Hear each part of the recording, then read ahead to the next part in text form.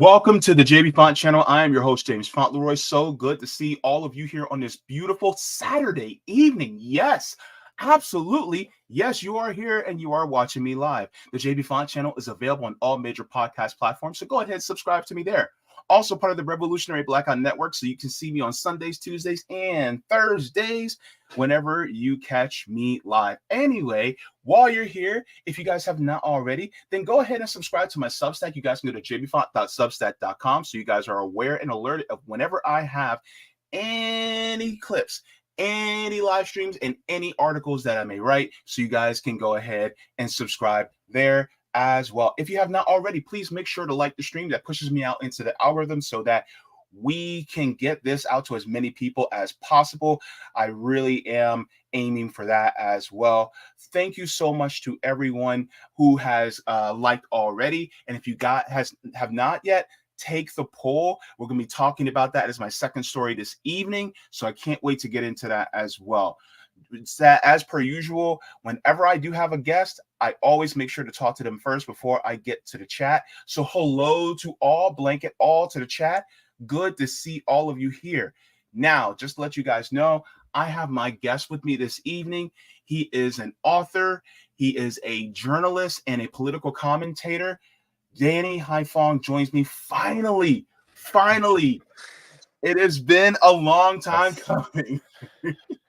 Indeed. It's really good to be with you, JB. So, sorry for the delay. Things have been quite hectic on my end, but I appreciate that we've been able to continue to communicate and make it happen. Yeah, but the thing is that I think it's kind of a good thing, because I think what a lot of people don't realize is that once you get over a certain hump in independent media, it goes from you asking people to come on to people asking you to come on. And so it's such a cool thing at the same time, because they see that you have this geopolitical prowess, this geopolitical knowledge that they want to glean from you, like myself. And so because of that, then they're vying for, oh, we need to get Danny on. We need to get Danny on. And this is a good problem to have. And I see it as just a benefit. And I just want to thank you for coming on and being, gracious enough to, come on my small little channel. Well, you really flatter me, JB. You really flatter me. I mean, I really appreciate the work you do, and of course, the entire Revolutionary Blackout Network, really putting in a service, especially on YouTube and in the streaming arena, where there isn't a lot of Black independent left voices that can speak to the things that you all speak to, both domestically and globally. Yeah, thank you very much for that. So there's a couple of things that I wanted to ask you about. Now, I'm not sure if you ever watched the show Inside the Actor Studio back in the day. A little bit. My sister was big into film and stuff like that when I was growing up, so saw it a little. That's cool. So my channel's kind of like that, especially when somebody comes on at first. I typically ask them questions regarding how they start off. I kind of trim some of those questions off for this particular one. The reason being is because there's a lot of things going on, geopolitically, that I want to get in and I want to glean off from you. So a couple of those fun questions I'm kind of shying away from. But one of the first things that I wanted to ask you was basically about your start, your beginning into this process and how you got into it. So as a journalist and commentator in independent media, what drove you to be a journalist? And can you give us a brief summary on how you got into this? Well, it's actually quite simple. When I was in college, that was when I became politically active, mainly as an activist. And as you may know, JB, and I think it's more of a conversation now, college campuses and the politics of academia really push a particular narrative about things. So when I was starting to become more aware of, for example, race relations, racism in the United States, I was mainly digesting kind of academic frameworks for how to understand that. And Mm. that inevitably led me to a lot of frustrations, because a lot of the way that academia, shocker here, looks at something like racism is it completely divorces class from the equation, and even history, so to speak, depending on depending on how you are learning about this in college. You can learn a lot about privilege and these kind of things, but it is often divorced from context, from history, from class, from understanding social relations of power. And so that was incredibly frustrating, because I ended up finding out that many people who become politically active on college campuses are still really thinking about how they can advance their careers. And that leads to a lot of conflicts of interest, a lot of, how should I say, hesitancy to confront power structures. And so that led me to wanting to understand more about how this world worked.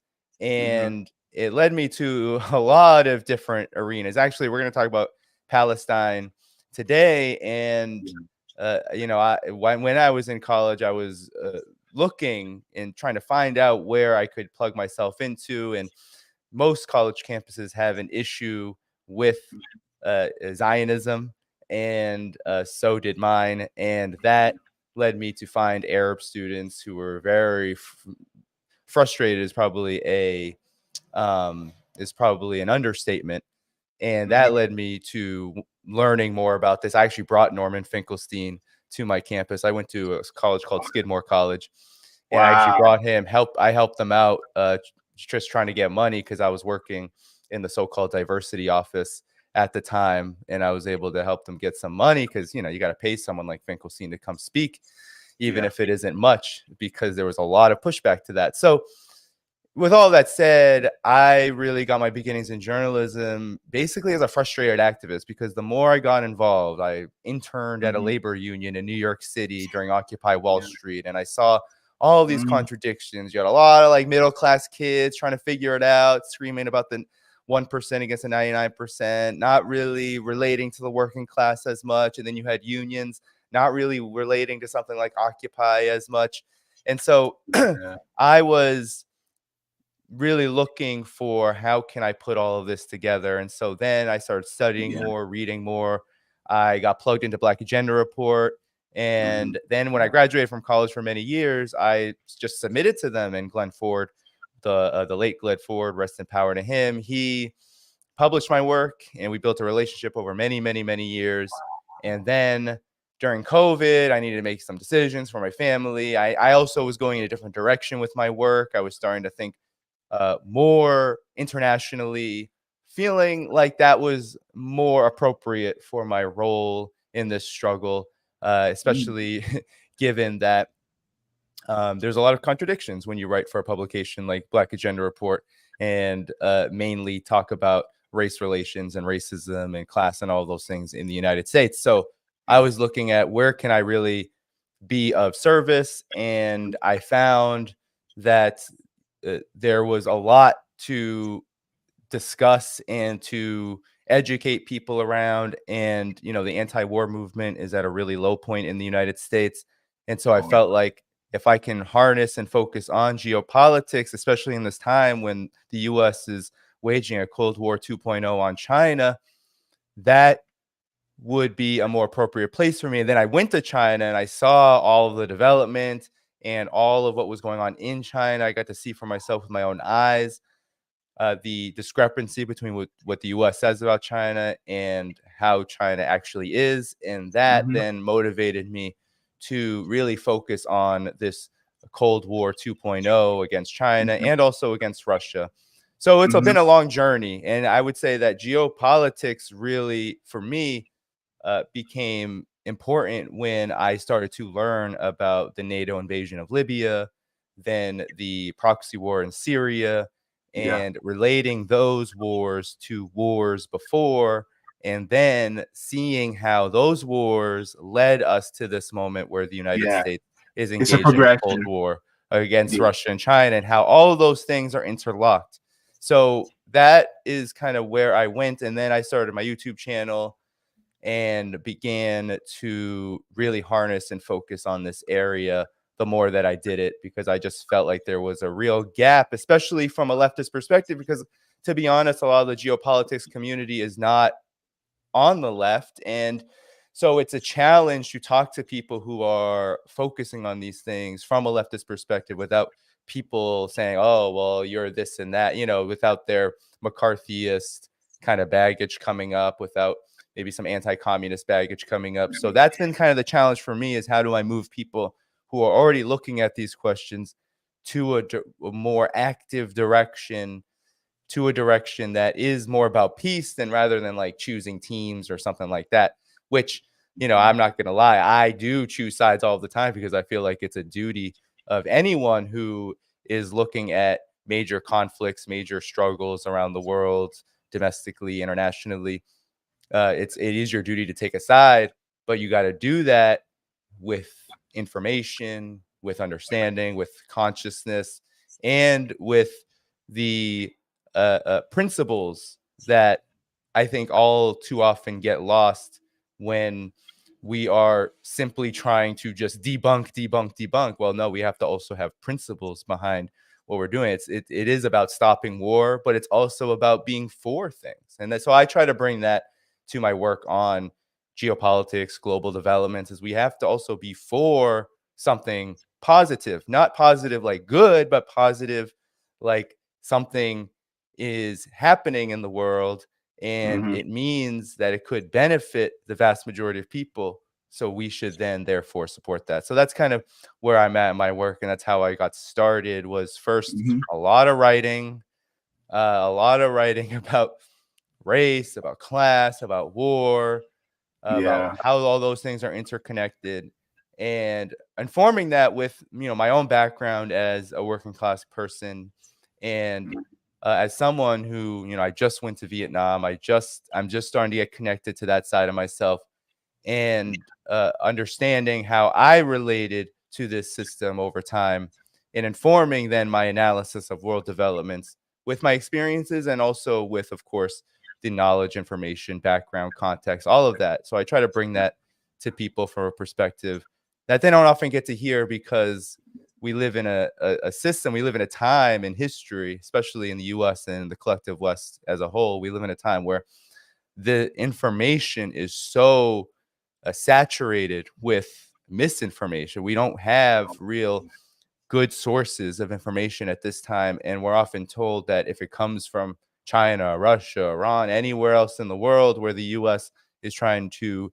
pursue war, then it's somehow all lies. When in reality, what we read and watch all across the corporate Western mainstream media is essentially either lies or extreme distortions meant to uh, push us into a path of war. Yeah, absolutely. Thank you so very much for that. One of the things I noticed though is that when you were explaining about your time in college, it seems like college has become almost this vessel for just individualism.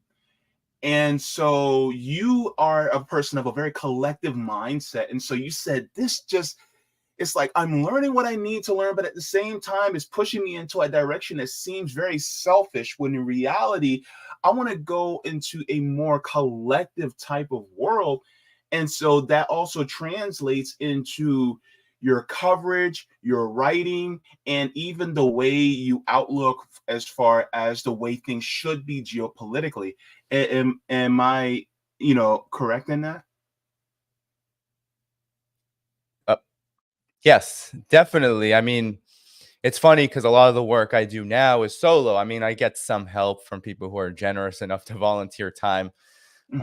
and I thank them so much for that. But in terms of a lot of my work ends up being solo now, because I mean, it takes a lot of time to do.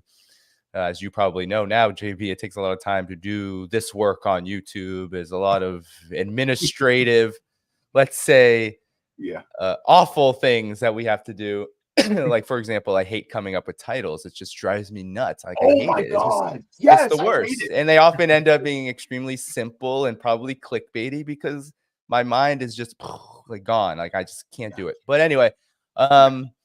with that said, in terms of the work, indefinitely. That's my mindset is we need to look at global developments not from the perspective, or any political development, but especially world developments, not from the perspective of, oh, how is it going to benefit me, but how is it going to benefit me and all of us? Because I think that's what often gets we often are told that everything good in the world is actually a contradiction, is actually antagonism for us. So we're taught that if China alleviates poverty, then that's a lie. They're actually doing the opposite. They're throwing Uyghurs in concentration camps, for example, right?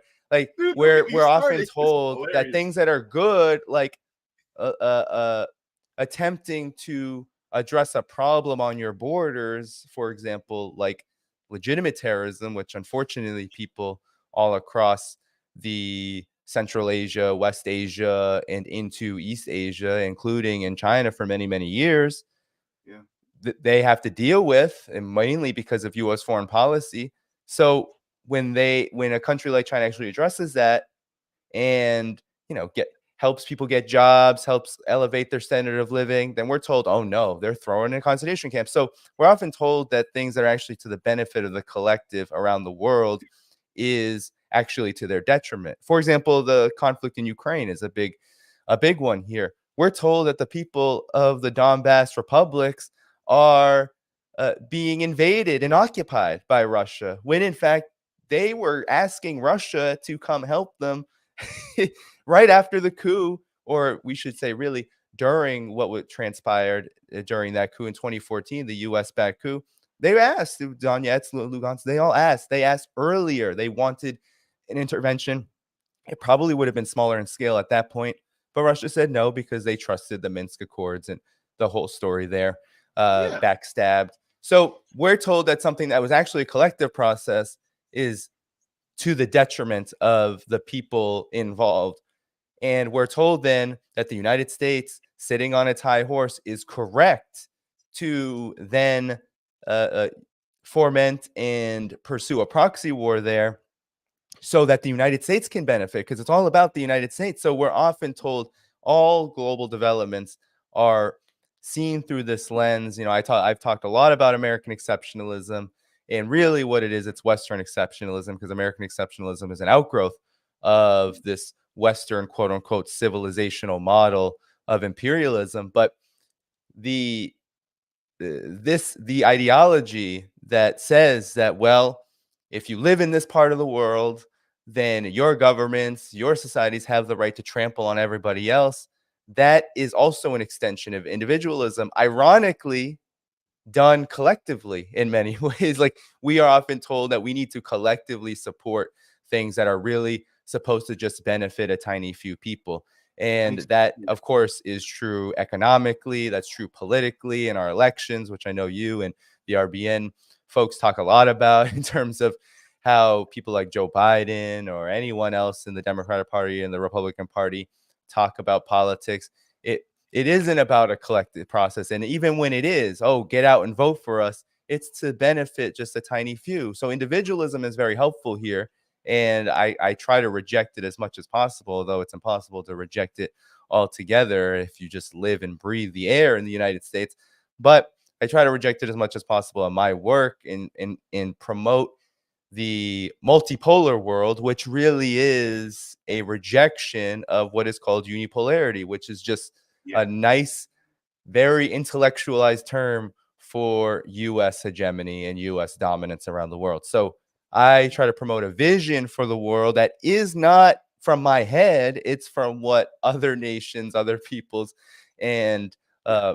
many astute thinkers and activists, et cetera, in the United States and the collective West as well, are also trying to promote this idea that we can live in peace, we can develop together in a stage of economic development where there are many different social systems. Those systems can coexist, but they can't really coexist with empire.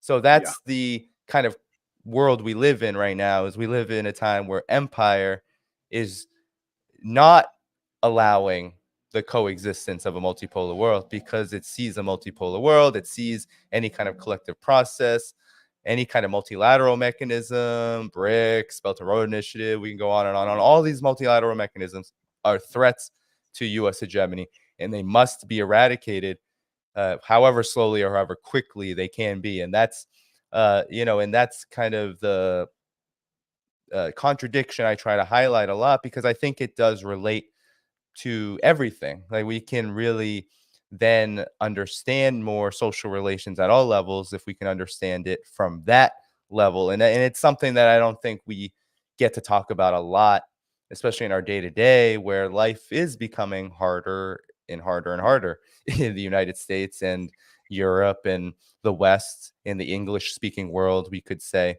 So yeah, that's kind of true. At least I try. It's not easy to be a one man show and not be individualistic, but I do try to um, definitely promote the collective vision, the multipolar world, and how Mhm. we can talk about it and engage in it, and how there are really inspiring things that are happening, around the world, and that can Yes. be something we can take inspiration from, especially in this moment where we are getting just trauma, trauma, trauma, genocide, genocide, genocide. I mean, we are in a moment where all we are seeing, if we scroll through social media and we care about anything in the world, the first thing that's coming up is Israel's massacre in Gaza. And Yes. that, you know, that's important to pay attention to, surely. And it's important to stand with Palestine. And it's also important to understand it within this context of why this is happening. And I think a main reason why this is happening is because Israel, always being the attack dog of the United States, is opportunistically trying to achieve objectives that fall in line with this larger decline of the US empire. And it really is supposed to disrupt not just Palestinian existence and eliminate Palestinian existence potentially, but also disrupt any kind of resistance around the world to U.S. empire, to U.S. hegemony. Yeah. Um, one of the things that I also wanted to ask you, and this is kind of in line with the resistance against this individualistic type of mindset that is pushed within the West. And as people who are watching, anybody who's international, please let me know if you're international in the comments. But for those of us who are in the belly of the beast, as they say, is within the empire, those of us who are in the collective left of the West, what do you think can be improved among us? Because, and I ask this question is because trying to get the left in the West, especially in the United States, to cohesively go together into a more better direction, a more progressive direction, is like herding cats. What do you think is the, I don't want to say just the problem, but I think what in your thoughts is the solution for the collective West so that we can move in a more cohesive fashion? Mm, we are gonna be here for a while. We should tell your All audience. right. We should all tell your audience that we're gonna be here for the entire weekend. It'll be a weekend well spent. It's kind of like a retreat. I guess we're going on a little retreat because, yeah, that's a big question. I mean, that certainly we could probably write many books on the answer to that question. Yeah. But I guess I'll say, in terms of the left, reviving the left, it's really going to take, I think, number one, defining what that is. I mean, for me, the left is anti-imperialist. The left inevitably has to be socialist, meaning inevitably has to be about Yeah. bringing power to the people, people being directly involved in determining their destinies, and not just any people, but those who are the most downtrodden and oppressed among us, generally the working class, Yeah. and the most impoverished, most exploited sections of the globe. So Mm. inevitably, for me, that's kind of like where the left has to be. Of course, there's a lot of contradictions that have to be addressed. There's the question of race. I mean, we're seeing that now with the rise of Zionism back into the forefront of the picture. I mean, is there anything more tragic than what has Oh, happened to the working class around the world than Zionism? I mean, there was a time where working class Jews all over the world stood for many, many, many things. And then when Zionism came around, it was a really convenient escape valve to destroy that tradition. And that's just fact. I mean, I'm married to a Jewish woman. I've studied that history, the labor movement in the United States, for example. There's a long history.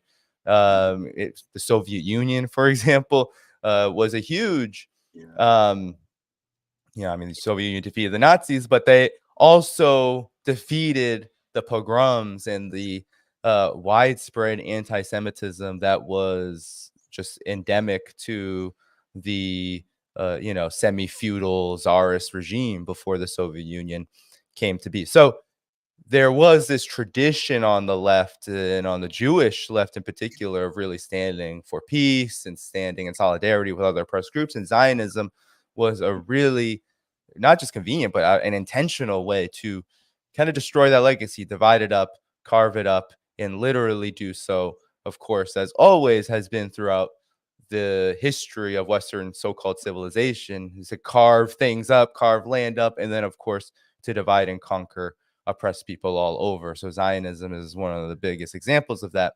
So, of course, we have to address that because that still comes up to this day. I mean, when we think about how most people in the collective West, even amongst the left, react to attempts to counter, for example, the Russophobia or the xenophobia, the anti-China, anti-Russia rhetoric and policy coming out of Washington, coming out of NATO, coming out of the West, you get a lot of pushback still. I mean, public opinion in the United States and in the West in general has been turned for the worst against two rising powers that inevitably are not just important, but also will it just is the truth. They're going to be the leaders of this planet for quite some time to come. So we might not want to go to war with them, especially since they are both nuclear armed. And why are they nuclear armed? Because in their history, they've had to become nuclear armed because, there was a time where the United States was always threatening a kind of nuclear war against the Soviet Union. Yeah. The United States dropped 2 atomic bombs on Japan to show the Soviet Union that it could do that. China built nuclear weapons in 1964. Why did it do it in 1964? Well, because over that 15-year period after its revolution, there were multiple times where China was threatened with nuclear weapons. And of course, right on its border, where it had to volunteer millions of people to fight on behalf of Korea against a U.S. invasion, the U.S. threatened nuclear war over Korea. So China needed nuclear weapons. So China has nuclear weapons, Russia's nuclear weapons. They've had a history of needing them. And the reason is because the United States has used them and they threaten them. And so it's really important, I think, just on that level alone. But there's so many other elements to it to combat xenophobia, Russophobia, especially in this moment. And so the solution, I think, especially in terms of building, maybe we should focus on an anti-imperialist left, is to start developing connections, people-to-people exchanges. That's something I'm really focused on now, building people-to-people exchanges. It just so happens that a lot of the geopolitics community are people who live all over the world anyway, so that's helpful. But Yeah. in terms of, for example, China, it is going to be really important in the coming years for more and more, especially Americans, but even Europeans, because that has also died down a lot. But especially, it's mainly Americans who need this, mainly people who live in the United States who need this. They need to go, they need to meet Chinese people, they need to understand China better, because if they don't, it's going to be much easier for China to be demonized in this way and for people to believe it. So, people to people exchanges is critical. Of course, I think first, what's going to need to happen is that in moments like, for example, what's happening right now, there are two major geopolitical crises. There's Ukraine And there's the, of course, situation in Gaza, the Israeli massacre that's going on, the genocide. In both instances, it's really important that neither of them are looked at in a vacuum, because that's often what happens when people get charged up. And right now, it's beautiful to see all across the West, including the United States, hundreds of thousands, millions of people going to the streets in solidarity with Palestinians, in solidarity with Palestine, demanding a ceasefire, demanding an end to occupation. All of those things are very good. The problem, though, that happens, and this is true also in analysis of Ukraine, because a lot of people hyper focus on Ukraine, and we should. It's a really important war. I mean, it literally World War III could happen in a snap because of what the United States is doing in Ukraine. So surely we should focus on it and put a laser focus on it. But sometimes what happens is that because Ukraine is this trench warfare, it's like a World War I style war, where you have a battlefield with a front line, where you have hundreds of thousands of troops going and fighting at this front line, big weapons, big tanks. It really gets people who are interested in warfare as a area of study interested. And then, of course, there's the politics of it, which are equally as, I think, enticing in terms of entertainment and to Yeah. and also in terms of shock value. Like, it is shocking that the United States and NATO are trying to poke the Russian bear to a degree that could lead to a war between the two, between the United States, NATO, and Russia on the other side. So, yes, it's really important to focus on that. However, when we can't see that there is interest behind this, there's an objective behind this, and that it's connected to all other global developments, like everything the United States does to contain Russia, to try to commit regime change against Russia. That is connected, for example, to what's going on in Syria. That's connected to what's happening all over the African continent. This Yeah. Cold War is about destroying any possibility for global solidarity and global integration independent of the United States and independent of the collective West. That's what it's all about. And Russia and China just happen to be the biggest pieces, but it's hard to connect that if we are just so um, laser focused and almost looking at each geopolitical development as some kind of area study. But the reality is that what's happening in Gaza, what's happening in Palestine, what's happening in Ukraine is a byproduct of an empire in decline that is attempting to maintain what it has, maintain all that it has stolen, all that it has attempted to usurp from nations and people around the world. And it's an attempt to get rid of the alternative to that, which means expansion, but it also means legitimately trying to get rid of quote unquote threats. You know, it's not just the China threat. China is not a threat. I actually say that actually China is a threat, but it's not for the reasons that you hear about in the media. Russia is a threat, but not for the reasons you hear about in the media. Russia is not a threat to the US's existence or the Western way of life or any of that.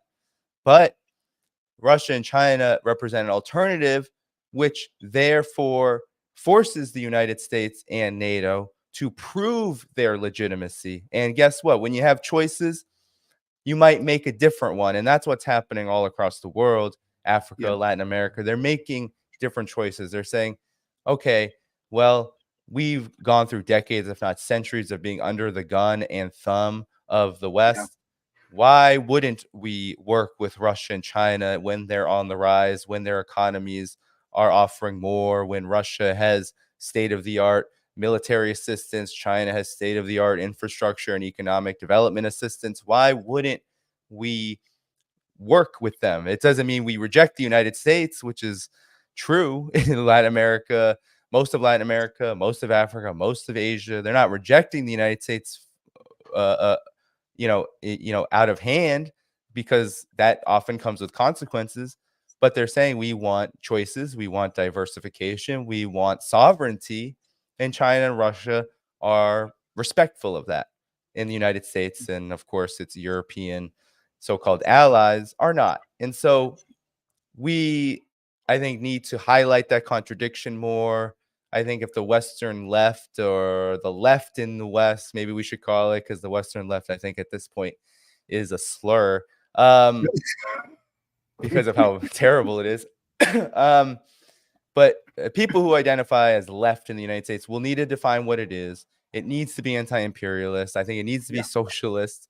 And it also needs to, as there is more activity, whether you're in the information, education sphere, you're in the activist organization sphere, wherever you are, taking a note to build leadership that can Yeah. bring people to a higher level of understanding and therefore action. Because one of the frustrating things, and I say this all the time, and it's no, and I hesitate to say it sometimes now because of how urgent the Palestine question is, but Yeah. it can be true too that in the Palestine solidarity movement, there's not a lot of attention and focus on, well, how to stop the war machine generally, when there seems to be an incredible opportunity to do so. So Mm, while I do think, of course, this is a moment to put forth the demands, or maybe a single demand like a ceasefire out there to make it happen and to win, in the background, we got to do a lot of work to make sure that the people who are out there can find spaces and places to go where they can learn and understand and take maybe even more assertive and broader action on the fact that Palestine is a byproduct. What's going on in Palestine is a byproduct of this larger war machine, which, if it's not doing it in Palestine, it's going to do it somewhere else, and it's doing it elsewhere, right? I mean, there's a long history. We can go country after country after country, people after people yeah. after people who have Yeah. experienced what Palestine is going through right now. Yeah. So uh, I think that's probably the most urgent thing to do. And we can't do it all as individuals, getting back to that individualism question. So finding a way to harness and focus. I called it discipline, because some people are saying, don't get too emotional because people are getting slaughtered in Palestine. I'm like, okay, well, that's kind of a messed up thing to ask of people. I think people are going to get angry. They're going to get sad. They're probably going to be traumatized a little bit, because I'm also a therapist. And I know that if you witness something that will give you PTSD, oftentimes people get PTSD. So that's a real thing. So it's kind of hard to I've ask read people not to be this book. emotional. It's also hard to just tell people just be to be logical only, because that means you have to divorce a part of yourself that Your can be humanity. quite Yeah. helpful. Anger is quite helpful, right? Like oftentimes when we get angry about something, we kind of do something, right? Like, or we feel backed up against the wall because something is so horrific. We Yeah. generally want to do something about it. So we shouldn't also just be logical, but I think we need to try to find ways to Be unite balanced. the two together, and I call that more discipline. Like that's discipline, right? To be able to bring them together. It's not easy. I can't claim to be perfect at it. I can't claim to be even that good at it, but I call it discipline because it means that we can both take concerted action. We can also analyze and think about a situation clearly, and we can also feel what we need to feel to move us into action. It's never going to be 100% Yeah. pure or true, but I think in a Mhm. situation like we're in now globally, where the threat of a global war, whether it's in West Asia because of what Israel is doing, or whether it's because of what NATO is doing, Ukraine, or what the United States is doing in the Asia Pacific to encircle China, wherever it is, that's kind of giving us this energy to be like, oh, well, that's messed up. We need to stop it, to be able to both feel what we need to feel and also study and build an understanding, and also and be able to harness that action to something meaningful and something that we find to be a contribution. And that's all I think the left in the West can do at this moment, because it's going to take a lot of work, because it's the conditions right now are so that we are not in a position of strength at the moment. I think it's beautiful and powerful, all these protests for Palestine, but Washington isn't moving on this issue. So that shows that we are in a position where power is still kind of far away. So we need to build up forces that over time are prepared to take that power that's necessary to get the things done that we demand and we scream on the streets about. Like if we want a ceasefire right now, well, the question is, how do we build the power necessary to force that to happen, or maybe get the power necessary to do that ourselves? Like maybe we can't rely on the Pentagon, on the State Department, on presidential administration at the head, commanding and chiefing a war machine, a machine that's dedicated to waging war for dominance, for profits, for hegemony, for those things that have nothing to do with our interests. Thank you so much for that. I mean, and that is a wonderful segue into my next question, actually. And you spoke about power, and I would like to get your perspective about this. And this is a hypothetical question, but you are president of the United States, so you're President Haiphong. I know, it's kind of a fun thing to think about, but it is, you're just had your inauguration. It is within the first 100 days. What are three actions? It could be legislative actions, or it could be executive orders that you're taking within your first 100 days, if you could. Wow.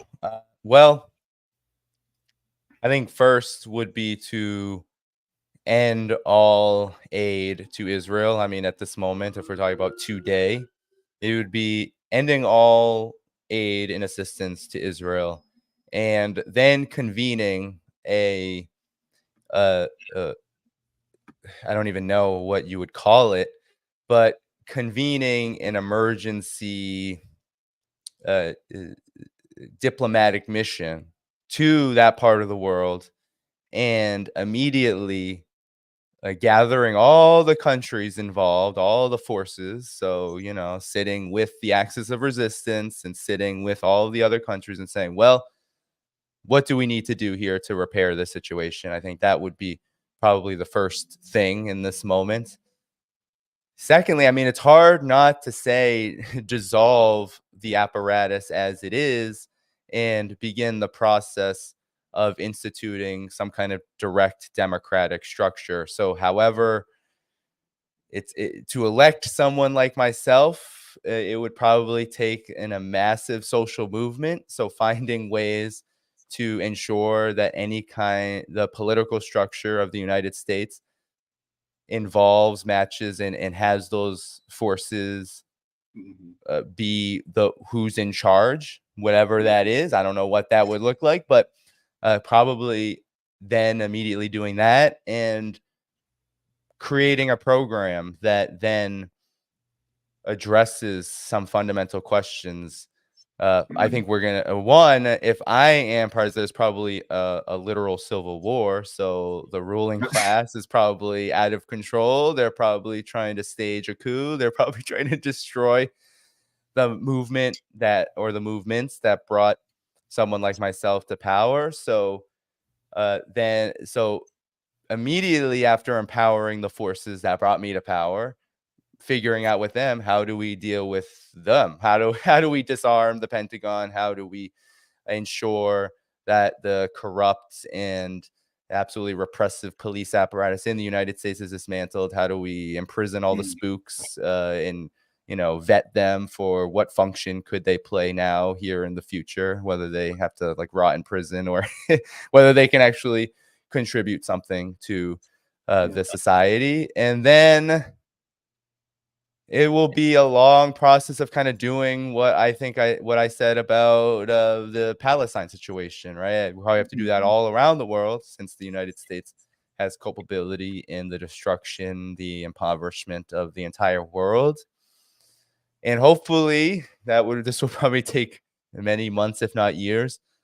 We have a program that begins to put into action a lot of the things that we talk about as a progressive or a radical left, so to speak. So, dealing with climate catastrophe, dealing with the legacies of war, dealing with the conditions that certain oppressed nationalities and people across the US's social and political and economic landscape. So doing that, and hopefully that leads to, that's kind of ambitious, but hopefully that leads to some kind of major change over a realistic period of time. And yeah, I mean, that's a difficult question, JB, but I hope that it answered the question. That's all I can really think of. And it's hard not to be incredibly broad about it, because I feel like a lot of the, other than Palestine, which is everyone is talking about it, Yeah. a lot of these issues we could talk probably the whole show about, whether it's domestically or internationally. So I guess to be as broad as possible and succinct as possible, that's kind of how I would, if I were an individual somehow elected president in this incredibly, we say the unipolar world. Well, now people are throwing out the term uniparty, but in this one party system with two wings, in a system that completely excludes anyone who remotely thinks like myself, in an ideal world, or in a world where I did end up coming to power, I guess that's where I would want to put my particular focus. But of course, it probably won't just be up to me. It'll probably be up to how dire the situation is, how big of the Civil War really is, and how, how the forces that brought me into power, how they see things, and that would probably be a struggle in and of itself, because certainly, despite the United States' vast wealth stolen from around the world, and of course from working people everywhere, despite that, it has become a system and become a society that doesn't really operate in a way that can offer very much. For example, like, you really have to start from a completely different place to get very basic things going. For example, like the fundamental shift politically and economically that it takes to say something like, okay, we'll build 40,000 kilometers of high-speed rail like China has. That takes a completely altered, like, I'm talking like a complete transformation in how just the fabric of the economy works, because the United States is, I mean, even arguably in its so-called industrial period, wouldn't have been able to do such a thing, right? Like, there would need to be fundamental transformations in how economic development happens, which would inevitably take time. So that in and of itself, I think would be something that would have to be addressed among those who brought me to power. Like, how do we put people to work to do something that really has never been done before? Well, I'm thinking about your answer, and one of the things that it dawned on me is that, let's say, for instance, yes, you became President Haiphong, and you are now running the country. I would see probably one of the best type of policy decisions would be in a way of using your office as an activist. Here's the thing. It would be, what do people like myself do when we do actions on the ground, right? Like, for instance, I do the Orlando Mutual Aid chapter from RBN. One of the things that we want to do is we want to feed and clothe people, and then tell them the lesson of worker solidarity, class consciousness, and all that. So basically, feed you and then inform you, right? Because you can't learn on an empty stomach. And in a sense, you'll be doing that. It's like, okay, you can't be a productive citizen if you're homeless. You can't be a productive citizen if you're hungry. You can't be a productive citizen if you don't have adequate education. So it's like we're changing the system from the ground up for people's material benefits so that they can be more productive citizens. And so in doing so, then it says, okay, so we're going to build more high-speed rail than China does, and we're going to beat them at it. We're going to beat China at fighting climate change, or we're going to beat them at helping elevate other countries that we have dismantled over the years. So instead of bringing democracy over there, it's like, no, y'all already got democracy. We're just going to give y'all some money without any strings attached and let y'all do what y'all do. you know. And so it's kind of like I kind of see it like that. Like if you were president, if you went in that direction, then I think that people would even be willing to give you a chance if their mind is still in capitalism, but they're like, but he fed us, or he did programs that really helped me so that my bank account's no longer in the red. You know, so I don't know. Is that sound any weird to you, or Well, it doesn't sound weird. I think one of the questions or maybe many questions, it takes the form of many questions, but something that I do mm-hmm, ponder is what kind of political infrastructure would it really take for there to be a leadership that reflects what someone like myself and others, because luckily I'm inspired and pleased that I am not by myself in how I think mm-hmm, about the world. Well, of course, not everyone may think exactly how I think. Many people share agreements. Now, I guess the majority of people are starting to have hopes for healthcare and things like that. And also, I would say probably most people would agree that peace is better than war, even if you ask about particular questions, there may be some confusion. So I often ask what kind of political infrastructure would it take for, even if we were to look at like a Jill Stein, who, Jill mm-hmm, Stein, it was a friend. I would say that we share many different views and positions, not 100% probably, but uh, very close. And what would it take for her to gain power? Probably much more than a standard political campaign within the two-party system trying to yeah, enter as a third party. What kind of movement would it take for there to be political leadership that threatened to take hold of the highest annals of power in the United States?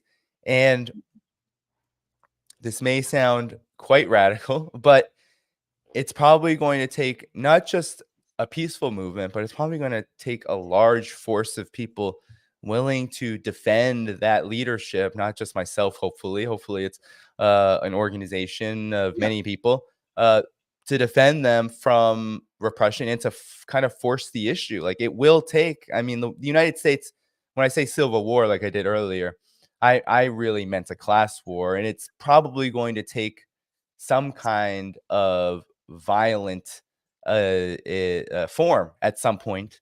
It's not as if violence is not already happening. We've talked about yeah, the war machine, but it happens in the United States too. I mean, Columbia University won't even let Jewish Forces for Peace and Students for Justice of Palestine exist right now okay, because they can't handle the fact that the majority of people, a majority of students who have zero relationship with Zionism, uh, uh, want to see a ceasefire and want to see their university take a stand. So that um, that shows that the repression is already quite stifling and it's already quite effective in a lot of ways. And so that means we're going to need a pretty powerful political force with capabilities of defending itself. So I don't want to yeah, get you in trouble by using the word violence, but it's going to have a lot of weight behind it where things like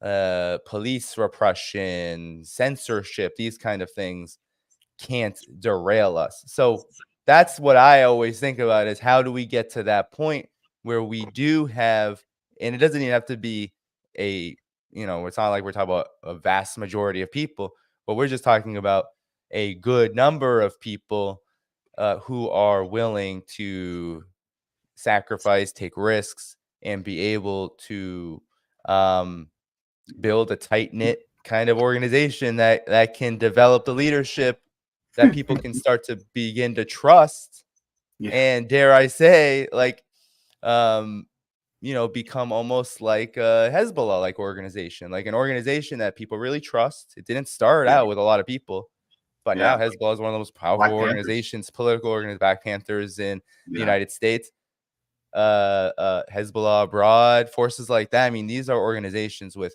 incredible amounts of influence. Um, most any kind of force around the world too, like any nation, even like if we consider, for example, um, China, like the Communist Party of China. It didn't start out. Everyone should watch the movie 1921 if you can, on the formation of the Communist Party of China.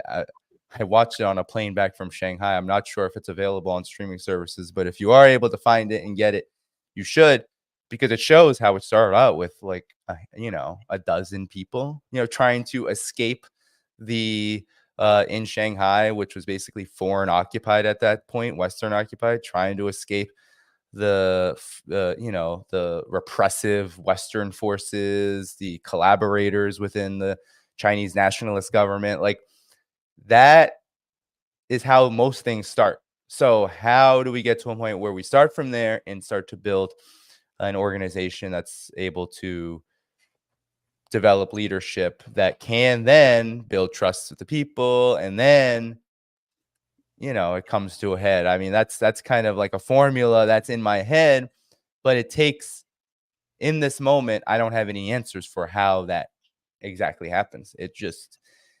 There are Yeah. just moments in history where it does happen, and sometimes we lose and sometimes we win. Yeah, it's interesting because you just mentioned about organization, and I remember back to a video of Kwame Ture talking about how there's a necessity for every person to be within an organization. For instance, you had Nelson Mandela with the African National Congress, the ANC. You had Dr. Martin Luther King Jr. with the Southern Christian Leadership Conference. You had so many different organizations that were integral to the civil rights era, which ushered in a lot more rights, especially for people of color, particularly Black people within the United States. Or if you have abroad, Nelson Mandela in South Africa. So it's very important for us to be part of these so that we can come together as an organizational structure in order to be able to change things. So I really want to thank you for that answer as well, because that was a very nuanced answer. I think that a lot of people really should consider. But one of the questions that I wanted to move on to was, you seem to know quite a bit about China and their systems and policies. Now, I've heard people say that China is not a socialist country, but they say it's state capitalist. What is the more accurate description of China's economic system in your view? Wow. Now that's another question. I guess we'll go on a mini retreat too. In terms of the that's a big question. Well, I'm from the United States, and Of course. what I tend to try to do when I look at the social systems of other countries is I try to first learn from the language that particular country uses, because I do think that there's something incredibly condescending, if not outright racist, about hearing, for example, China call themselves socialism with Chinese characteristics. The that's how the Chinese see their socialist system, and Okay. immediately say, "Oh, that's not true," right? Like, where do you even get off on initially thinking like that? Like, that sounds more like McCarthyist baggage. That Yeah. sounds like Cold War, almost like we have been embedded with a Cold War type of thinking to the point where it's unconscious now. It just comes out, and we're just reacting to how the Chinese and how Chinese people and how the Communist Party of China talks about things. So I would call it socialism with Chinese characteristics. And what Okay. that means is that there's a socialist governance system and a market economy that is both regulated and directed by that socialist governance system, while it also incorporates the so-called free market. But really, all that means is it incorporates certain aspects, mechanisms of capitalist development in order to raise the productive forces to the point where the socialist governance system can meet the objectives and the directives that it has set forth to do. Hmm. So, China opened up or supposedly, a lot of people say China opened up in 1978, but China Hmm. was closed off from the world economy until 1971. So not a lot of people know that 1949 to 1971, the United States was recognizing the Republic of China, located in what was then Formosa, but now called Taiwan. That they were recognizing that government as the rightful government of China at the United Nations, and that came with a worldwide ban on technology, and it was a sanctions campaign essentially. So it wasn't until 1971 where China even had the ability to be recognized at the United Nations and develop normal relations. The People's Republic of China developed normal relations with countries around the world, and it's kind of hard to have economic relations with most countries around the world unless unless you are recognized at the United Nations as existing as the rightful government. Yeah. So China had to rely a lot on the socialist bloc at that time, and so it remained, even though that did help and things got better between that period in China, it still remained very poor. It was one of the poorest countries in the world in 1971. It was one of the most poor countries in the world in 1978. And it took more than a decade after opening up to the world economy to build up industry, to begin to integrate with development all across the world so that it could begin to raise the standard of living in a much more meaningful way, in a way that corresponds with the moment of history that we are in, because many Chinese people in 1978 were living like many people lived 100 150 years before that, right? Like that is what underdevelopment and what US and Western sponsorship of the century of humiliation meant to China. It meant literally living in backward conditions and conditions that were unfit for human beings. So, Of course. China has adopted a policy that it sees as Chinese specific. So, it doesn't view its socialist governance system, its government, as something it can export, and also doesn't view its economic development model as something that can just be adopted by everyone. What it says is that it is an economy that can integrate into the larger world economy, but also protect, preserve, and pursue the interests of the people that it represents, what the Communist Party of China says it represents, which is workers in China, what were the peasants in China now, because standard of living is higher. They don't consider themselves necessarily peasants anymore, but what rural people need and want, and what students, what all sectors of society need and desire moving forward. And for all of the challenges, both internally and externally, that China has faced, China has been able to meet a lot of goals, has been able to eradicate extreme poverty, has been able to raise standard of living, able to raise wages, able to raise people's life expectancy. All of those things have been achieved, and the quality of life,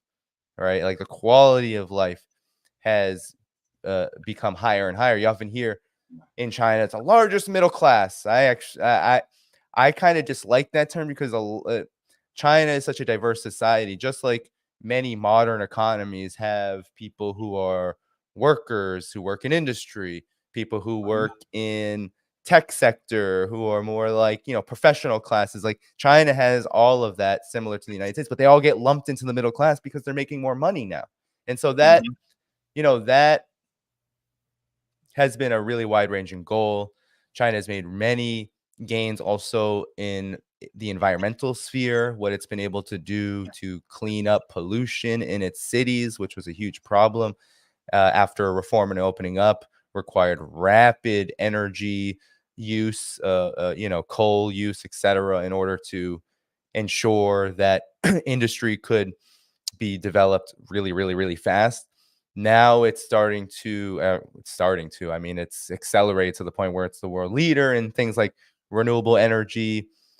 And I think one of China's biggest accomplishments, given its political economy, given what it has set forth to do, is that in the spirit of economic integration with attention to national sovereignty, because I think that really is what socialism with Chinese characteristics is. It's attention to national sovereignty and national interests, with the idea that integration rather than domination is the ultimate goal. So that's what I think differentiates. I can't stand the term state capitalist, Because if it were truly state capitalist, China would be pursuing a very similar policy, foreign policy, a very similar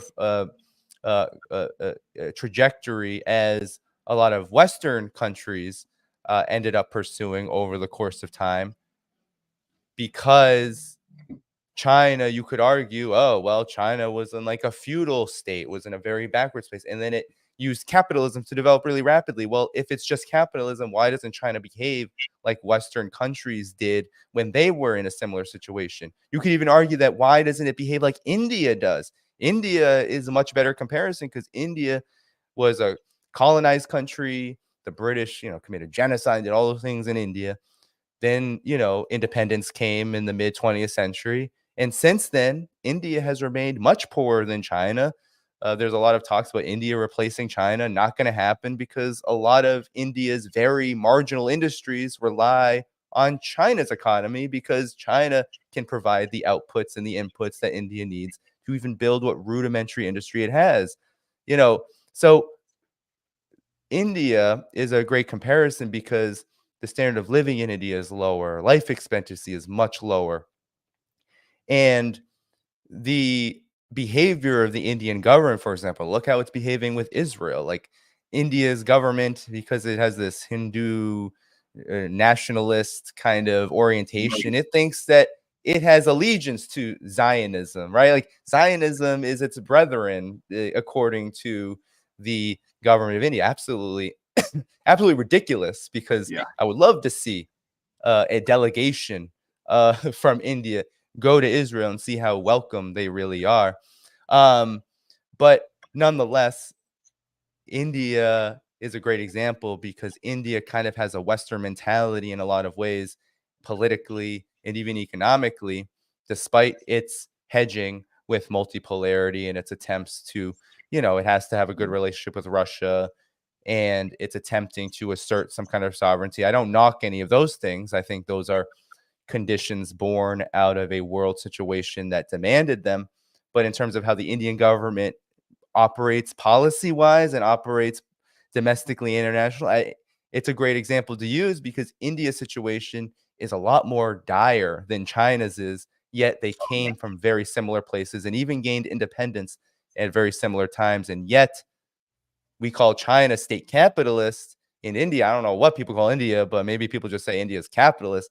But you could say India is more state capitalist because it has a powerful central government, a very powerful central government, but yet it pursues incredibly neoliberal policies and policies that more match the interests of the West in many spheres, despite its, I think, what it's been forced to do, which is to hedge its bets on Russia and the multipolar world in order to, in order to really survive.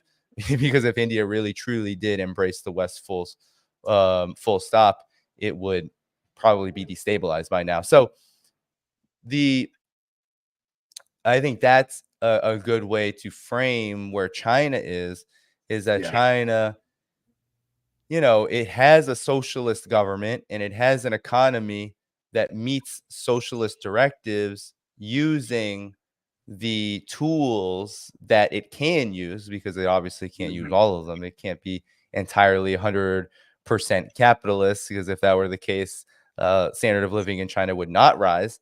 But it uses the tools it can to rapidly develop the productive forces, as they're called, meaning that every sector of industry, of development, is built up as fast as possible so people have opportunities to make more money, to to work fulfilling jobs, to raise their standard of living, and then to pool that back into the country so that new goals can be met. Because even though eliminating extreme poverty is nice, it doesn't mean poverty is gone from China. Certainly, there's still inequality. Certainly, there's still needs in terms of the environment that needs to be cleaned up. There's still corruption that needs to be cleaned up politically, because that's a huge campaign right now within China's government. So there's these things that are going to continue to have needs to be addressed. Like that, there are things that need to continue to be addressed. And it's only through, as China sees it, the ability to integrate and to be part of the world economy that allows it to do so. In many ways, you could say, and I say this a lot, is you could say that China really did what is probably the only thing any socialist country in the world can do to survive in this current historical moment. And that is to be part of the world economy as much as possible so that essentially you are sanctions free, like you are, kind of sanctions safe. You're protected from the impact of sanctions. Yeah. You can't be decoupled from. There's a lot of decoupling talk from the United States. You really can't be. It really can't happen. If decoupling happens, the U.S. economy goes poof. Yeah. And so, even though there's all these attempts to wage economic warfare on China, but a lot of them end up failing because China has been it was a strategy from the very beginning that they were developing socialism, modern socialism, or attempting to build modern socialism through the within the existence of the world capitalist system. That's what they sought out to do. And in many ways, they've been incredibly successful, as could be seen, for example, with the Huawei Mate 60 Pro phone, for example. That phone triggered the United States immensely. They were like, how did China build this phone with all the advanced chips that we said China was not even at the stage it could develop yet? Well, it's because China has been rapidly developing its tech sector. It has been doing so with the help of other countries, including the United States, that have been able to develop their tech sector to a large degree. It's been doing so with cooperation and collaboration with US, European, Japanese, South Korean companies. And through that, through those joint ventures, through those partnerships, it's been able to become self-sufficient and learn. That's been the whole point of opening up to the world. It's not so it can be dominated by foreign direct investment. No, of course, you got to give a little to get a little. I mean, that's part of development. You're not going to be able to get everything you want all the time in any kind of form of economic cooperation in the world system that we live in. But China said, yes, we will make some concessions, we will make some sacrifices, but Hmm. they will be paid back manyfold. And the way that China's tech has developed, the way that Chinese science, infrastructure, all of that, the way that it's developed so rapidly is kind of proof in the pudding. Like, you can't really deny it anymore. And that's why there is such a huge campaign to undermine it and hopefully destroy it, at least in the mind of the United States, is because the writing is on the wall. China is both developing into the largest economy in the world, the most advanced economy in the world, and it's doing so on its terms, socialism with Chinese characteristics, and in effect has become even more self-reliant than it's ever been, more sovereign than it's ever been, because it is integrating the world. I mean, imagine that, because it is so connected to the world economy, because no country in the world at this moment can Yeah. really do without China. Because it's Yeah. been able to achieve that, it means that it's incredibly difficult to wrap your head around decoupling or World Yeah. War III with China. I mean, it is almost laughable to think about, but it is being pursued because the writing's on the wall and there's really are no other options. I mean, you're not going to cooperate your way out of, you're not going to, Yeah. scheme and uh hell, the CIA complains all the time that they can't get into Hmm. China because China understands, they understand what the deal is. I mean, the Communist Party of China is very disciplined, it's very Yeah. organized, They know and what the time it government is. is very disciplined, very organized. They know, I Hmm. mean, there's a reason why there's a great firewall. People always criticize me. Oh, Daniel, what about the information? It's, well, most countries in the world should probably have the things that China has. If a lot of countries that are facing, hell, I was just in Vietnam. I'll say it. I think Vietnam should have a great firewall, because when I was seeing the media that's getting into Vietnam, I'm like, wow, this could be a real problem. And I talked to people and they said, oh, it's kind of a problem because you can, through information, we've seen it everywhere. We've seen it happen in Cuba. We've seen Mm-hmm. it happen in countries all over the world. The color revolutions that we see, rise up in various countries that are walking maybe a slightly different, if not a very different path from U.S. diktats. Mm-hmm. Information warfare happens to be one of the biggest areas of targeting these countries. It's a big Oh yeah. focus. The United States is, I think, investing 500 million in Chinese, like, anti-China smear campaigns at this point, like through the Department of State, like that. That is how deep it is to try to galvanize public opinion, whether within a country or around it, against Yeah. the so-called adversary. And so China understood that and said, okay, well, if we're going to open up to the world, if we're going to have an economy that is connected to the United States, to Europe, well, it looks like we're going to have to protect information, both in part because of the threat of what certain ideas. I mean, honestly, China can't really block ideas, and they really haven't blocked the ideas. People can get VPNs, all that stuff. It was actually more about, well, we don't want big private media, private big tech consuming our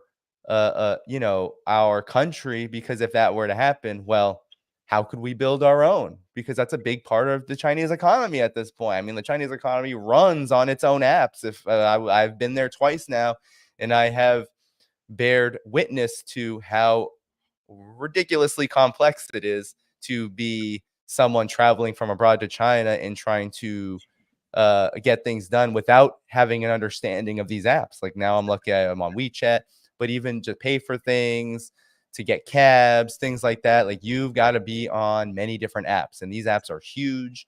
They're very popular.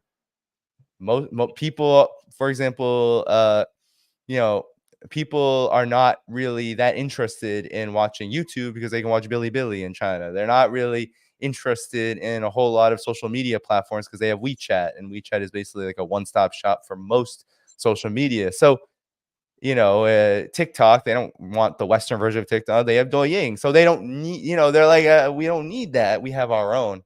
And so I think that is what really angers a lot of people in the West about China.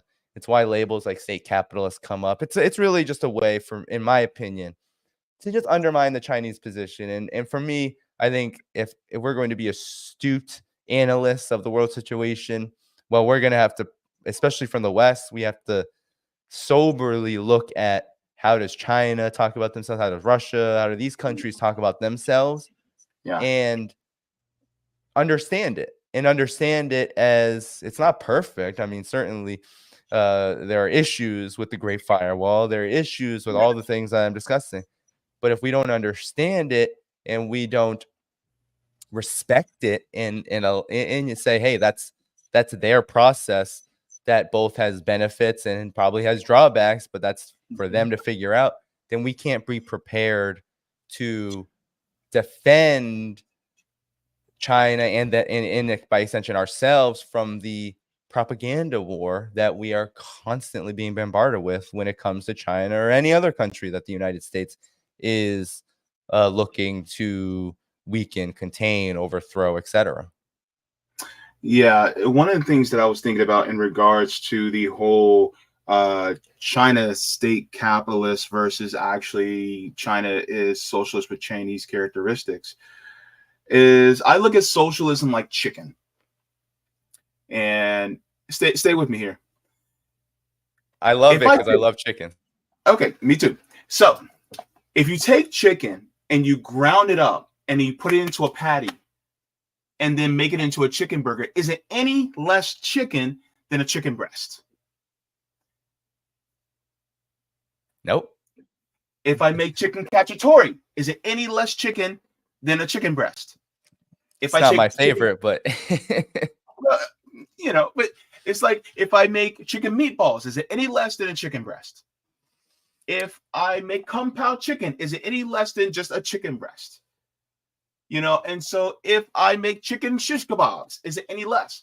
The thing is that it's at its core, it's still exactly what socialism is, which is workers owning the means of production and workers dictating how the system operates instead of it being ran by a small cabal of billionaires and elites at the top. So that is basically what it is. So if China is operating with workers at the helm and dictating how the government is operating, and then they own the means of production, essentially, they're socialists. And they're using elements of the free market in order to push themselves out of socialism. And it's no less different than those of us who are socialists in a capitalist nation where we actually have to participate in the system that we are in. Like, for instance, China is literally in a socialist country in a capitalist world. So therefore, they have to operate within that capitalist world in order to, essentially wean themselves off of it. And so I kind of look at it like, kind of like being addicted to a drug, where sometimes you may have to get a little bit of that drug just to keep you stable for a second until you wean yourself off of it. So that's what it sounds like to me. Yeah, and China learned a lot from the Soviet Union, because the Soviet Union was, the Cold War was a much different period, and the Soviet Union attempted for so long to, and for its part, a lot of the reason for this was because it was being isolated economically and diplomatically from the West, from the collective West, mainly the United States. And so it had to, and at some points chose to basically try to socialize everything and keep everything socialized. And that, Michael Parenti talks a lot about this in his work. That had its challenges and its problems, because socialize everything, you try to get the government, the party to do everything. Well, you end up not doing a lot of things because it's hard and difficult to make decisions economically about every single set. It just goes to show that it's hard to imagine what it's like to be in the position to finally collectively determine how an economy is going to work for an entire, the Soviet Union, just like China, is really a nation of nations, right? Like, it's the Soviet Union is many republics. China is 50 plus ethnic groups. Its country is, if you go from north to south, east to west, vastly different. So if you're going to try, as China did try, with many different challenges. The Cultural Revolution was a huge challenge for China that still to this day is hotly debated, and thus not really talked about that much, because people see it as a time that had many problems to it. Even something like the Great Leap Forward, which all of the anti-communists love to bring up. Oh, they starved everyone. Well, not exactly. China tried to literally leap ahead of a socialist stage of development, meaning it was going to, in a very poor situation, like literally having very little to work with, collectivize everything and do it really, really, really fast, and try to advance the condition of the countryside as fast as possible. It led to problems, and people did get hurt by it.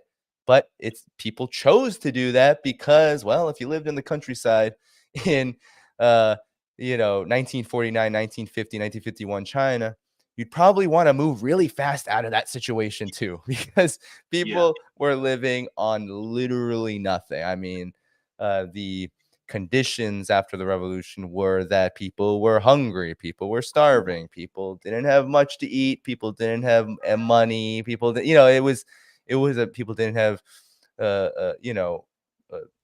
potable water, these kind of things like this, the very dire situation. So all that is to say is that with developing any kind of economy that's independent of US diktats, whether it's socialism with Chinese characteristics, whether it's Bolivarian socialism like Venezuela, whether it's Cuban socialism like in Cuba, whether it's Korean socialism like in the DPRK, hell, whether if it's Russia, which does not consider itself socialist, but has a very mixed economy, that is principally capitalist. No, regardless of whichever it is, it's going to take an embrace of the fact that the country with which you live in doesn't have everything that you need to meet all of the various problems, to address all the various problems, to grow the economy, to raise standard of living. Usually, because of the way the world has been because of the way development around the world has transpired, where you had incredible amounts of unevenness. Well, why was that? Well, because the collective West attempted to. There's the picture that you often see. It's a meme. I don't know if you've seen it, JB. It's the picture where you have North America and Europe with all the pebbles, and then you have Africa, Asia, Latin America completely dug up, and all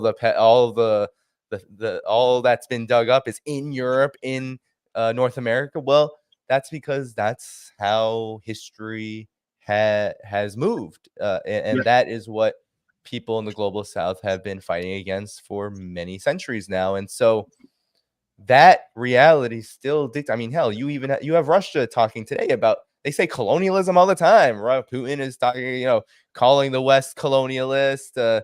Russia's, calling NATO colonialist. And it's because they view the attack on them as an attempt to subordinate Russia back into a colonial position or a semi-colonial position. And so the reality of the world still operates in that framework, the legacies of that, hell, even the social relations that most countries have to enter into with the United States and West are dictated by a colonial or a neo-colonial situation, regardless of the politics of that particular country. And people like to think about China as being so all powerful that it's, you have these, you have some really whacked out people, for example, on the far right, who literally think China controls like Wall Street and the Democratic Party, like the Matt Stollers, for example. They think China is dominating Wall Street. Never ever probably looked at a joint venture that China has had to enter to with any U.S. corporation. You can bet your ass that still most of the profits are going to that U.S. company. Why? Because that U.S. company is not going to do business unless you operate on some of its terms. And so China said, okay, well, we have certain currency arrangement. We have the ability to, for what we do get, we can distribute that in a certain way. But it does take, it's still based on a relationship not dictated entirely or wholly by China. China does everything it can. There are rules and laws, but unfortunately, the U.S. and Europe don't really like to follow rules and laws. So there are a lot of, I guess, legacies and things that we have to take into account when we look at how countries can develop out of Western domination in a world that is still, despite the decline, despite the chaos, despite the crisis that the United States and the West finds itself in, still the vast majority of wealth, the vast majority of the means of production, we could say globally, still rest in the collective West because, well, maybe not the means of production, because really the global South builds everything now, but the control, the financing, the financial instruments, and also the military hardware to defend the wealth that the collective West has usurped from the rest, that still resides in the United States and Europe. And so even countries like China, still underdeveloped, still trying to shake out fair deals. It's not easy. It's easier now because China has way more leverage, but it wasn't easy in the beginning. That's why you had issues with, for example, the Taiwan-based Foxconn company, where there were poor working conditions. China's sued them many times to try to improve working conditions, tried to do many things to improve that situation, and has in many ways, at least in terms of money earned for workers. But at the same time, it's hard to change and to force a system and the corporations that represent that system to do something differently without them saying, well, you're eating to my profits. Sorry, goodbye. And so that Mhm. means, despite the sovereignty, despite the ability of China to, it has a political system that is independent, is not dictated by the West. It's not dictating Wall Street either, which is a hilarious thing that comes out of certain elements of the far right in the West. But regardless, despite all of those strengths and advantages, China, Russia, and especially the smaller countries, Cuba, look at the sanctions on Cuba. I mean, Cuba cannot, I've been to Cuba, I've seen what those sanctions have done. Cuba can't get certain resources, can't get certain very, very rudimentary raw materials, like concrete, for example, costs an enormous amount of money to export to Cuba because of the way the blockade is designed. And so you see in Cuba, Havana is the most developed city. You'll see paint chipping. You'll see, sidewalks cracking, things like that, because they can't get the concrete needed to fix and repair those things. So that's the situation that many countries trying to chart their own path face, whether they're socialist or whether they view themselves as Mhm. otherwise, doesn't matter. They Mhm. end up being targeted. Iran, for example, probably wouldn't call itself socialist, but it has an economy that is under incredible strangulation sanctions from the United States. And because of that, while it's made many achievements, I mean, there's a reason why you don't hear much about Iran. It's because despite those sanctions, Iran has been able to develop quite nicely, at least internally. Even so, it is not going to be able, unless it subordinates itself to the United States, unless it says, okay, we're going to do everything you want, we'll destabilize ourselves, we'll be your little unsinkable aircraft carrier in West Asia. Unless you do that, you're going to be under the gun. And so that's the challenge. And so Iran, of course, sanctioned countries want to be integrated in the world. They don't want to be isolated from the United States or anyone else, because Mhm. opportunities to trade, to economically develop relations with even the West means that it can bring benefits to your country, as long as you have the sovereignty to ensure that those relations don't turn completely uneven and upside down, where you have the United States and the West sitting on your neck. So while it is a delicate dance, I think China is a good example of what it looks like to dance in a manner that's very skilled and disciplined and has brought a lot of achievements. And while it doesn't have, well, there aren't stumbles along the way, and it's not always perfect choreography. There is, I think there is a lot to be learned from that, especially for those who don't know how to dance. For example, like the majority of people in governments in the West, they don't know how to do this. And the reason why is because they reside in the countries that are the perpetual problem, that are blocking this kind of development and this kind of future for the world. Boy, they ain't got no rhythm either. But one of the things, and I have three more questions if it's okay, because I know you said 90 minutes, but I it's okay. Okay. Yeah, I'm Um, here. I'm here. okay, cool. So one of my questions is also related to China, and if we could just quickly go over this. So some people accuse China of exploiting Africa for resources, much like the West. What would you say to others who see China as a problem in Africa more than a friendly partner? Yeah. So, I mean, first, for people, if you're in the West and your inclination is to condemn China for having relationships, pretty strong and robust relationships at this point, with the majority of African countries, and that's your first entrance into understanding Africa and its history, then I don't know what to say. Then I feel sorry for you, because that shows how misinformed and how misinformed you are, but also how erased the history of African development and the development of African nations as a whole has been. But in terms of what would I say, I would say that, and it's really interesting that there's always something going on outside of my window. A couple of days ago, there was it's like a car crash every week outside of my apartment. But anyway, back to the topic. The point is that if you're going to look at China, Africa from the lens of the Western mainstream media, which is what the majority of people are doing, because most people don't have any other avenues for learning about this. So they'll pull up their phone, they'll go into maybe they have a subscription to New York Times, or even if they they have an Android or an iPhone, it doesn't even matter anymore. They go into their news. Usually all phones have these news things. They'll look at an article and they'll say, oh, debt trap diplomacy, right? Oh, China's doing debt trap diplomacy in Africa. That's usually what they'll say. They'll read the article and they'll say, damn, China's so messed up, right? Like, they're messed up.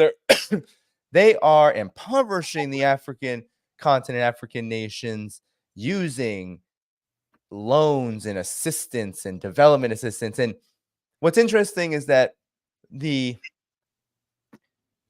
propaganda war on China has been so intense that people don't see that as kind of strange, right? This idea that development assistance and loans, that these things are the reason why African countries are impoverished, right? They don't see that as weird. Yeah, like they never heard of the IMF or the World Bank. Yes, because it's as if heard of those. Yes, it's as if there hasn't been a historical precedent for this. That is, as you said, JB, the Western financial system through the Bretton Woods institutions, mainly the IMF and the World Bank, which have a long history of using so-called development assistance to essentially act as a cover for plunder and to open up, so to speak, African countries to full-scale privatization and, of course, the corporate dominance, the dominance of Western corporations needed to get there. So that's number one. But then, some people say, oh, that's whataboutism. Well, then, okay, if it's not whataboutism, it's not, oh, well, look at what the IMF and the West has done. Well, then actually study what China has done. And there's actually pretty mainstream sources now, even if you just do a rudimentary search on China-Africa relations. Like, you could say, you could even Google search, is China using debt trap diplomacy in Africa? And you might find research and articles from people like Deborah Brottingam, who is a researcher from Johns Hopkins University, who founded this China-Africa research group. She's written books, for example, The Dragon's Gift, which is a great book. It's old, it's 2009, but it's all about China's relationship to Africa. And what she finds, because she's traversed the African continent, she studied the projects, what she finds is that actually there is no debt trap diplomacy. There's no attempts to destroy African countries through lending assistance. What she actually finds is that these projects, when they are able to happen, actually have benefit for the African country, the economy in question, and China as well.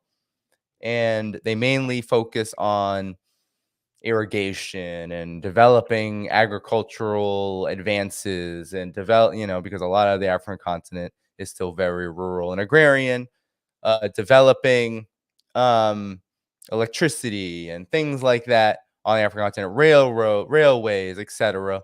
And then when she looked at these projects, she saw that actually there is no debt trap. China is not.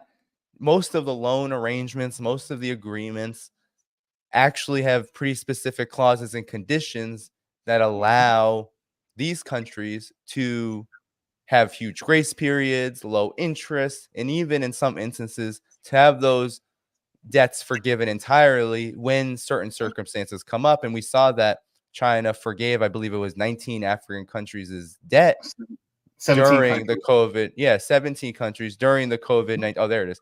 COVID-19 Yep. crisis. And Yeah. so, just one example. There's the Entebbe. I'm probably butchering the name. The Entebbe Airport in Uganda. That was said to be a huge example. I believe this was in 2021 or 2020. I think it was 2021 or 2022. The Western mainstream media put out a story and said Uganda had to close its international airport, the Entebbe Airport, because it didn't pay back its loans to China. And then when you read through the lines, what you actually find is that one, the airport is not closed. It hasn't been shut down. But number two, that the arrangement, the loan that was given to Uganda to build the airport or to help build the airport happened in 2015 with a 7-year grace period, meaning that when the story was released, Uganda literally had to pay $0 or zero whatever RMB, whatever it was, zero back to China for that project because there was a grace period. Uganda didn't have to pay anything if it couldn't, didn't want to, whatever. So all this is to say is that most of what we hear about debt trap diplomacy and China undermining African sovereignty, the vast majority of it, if not all of it, is fabrication.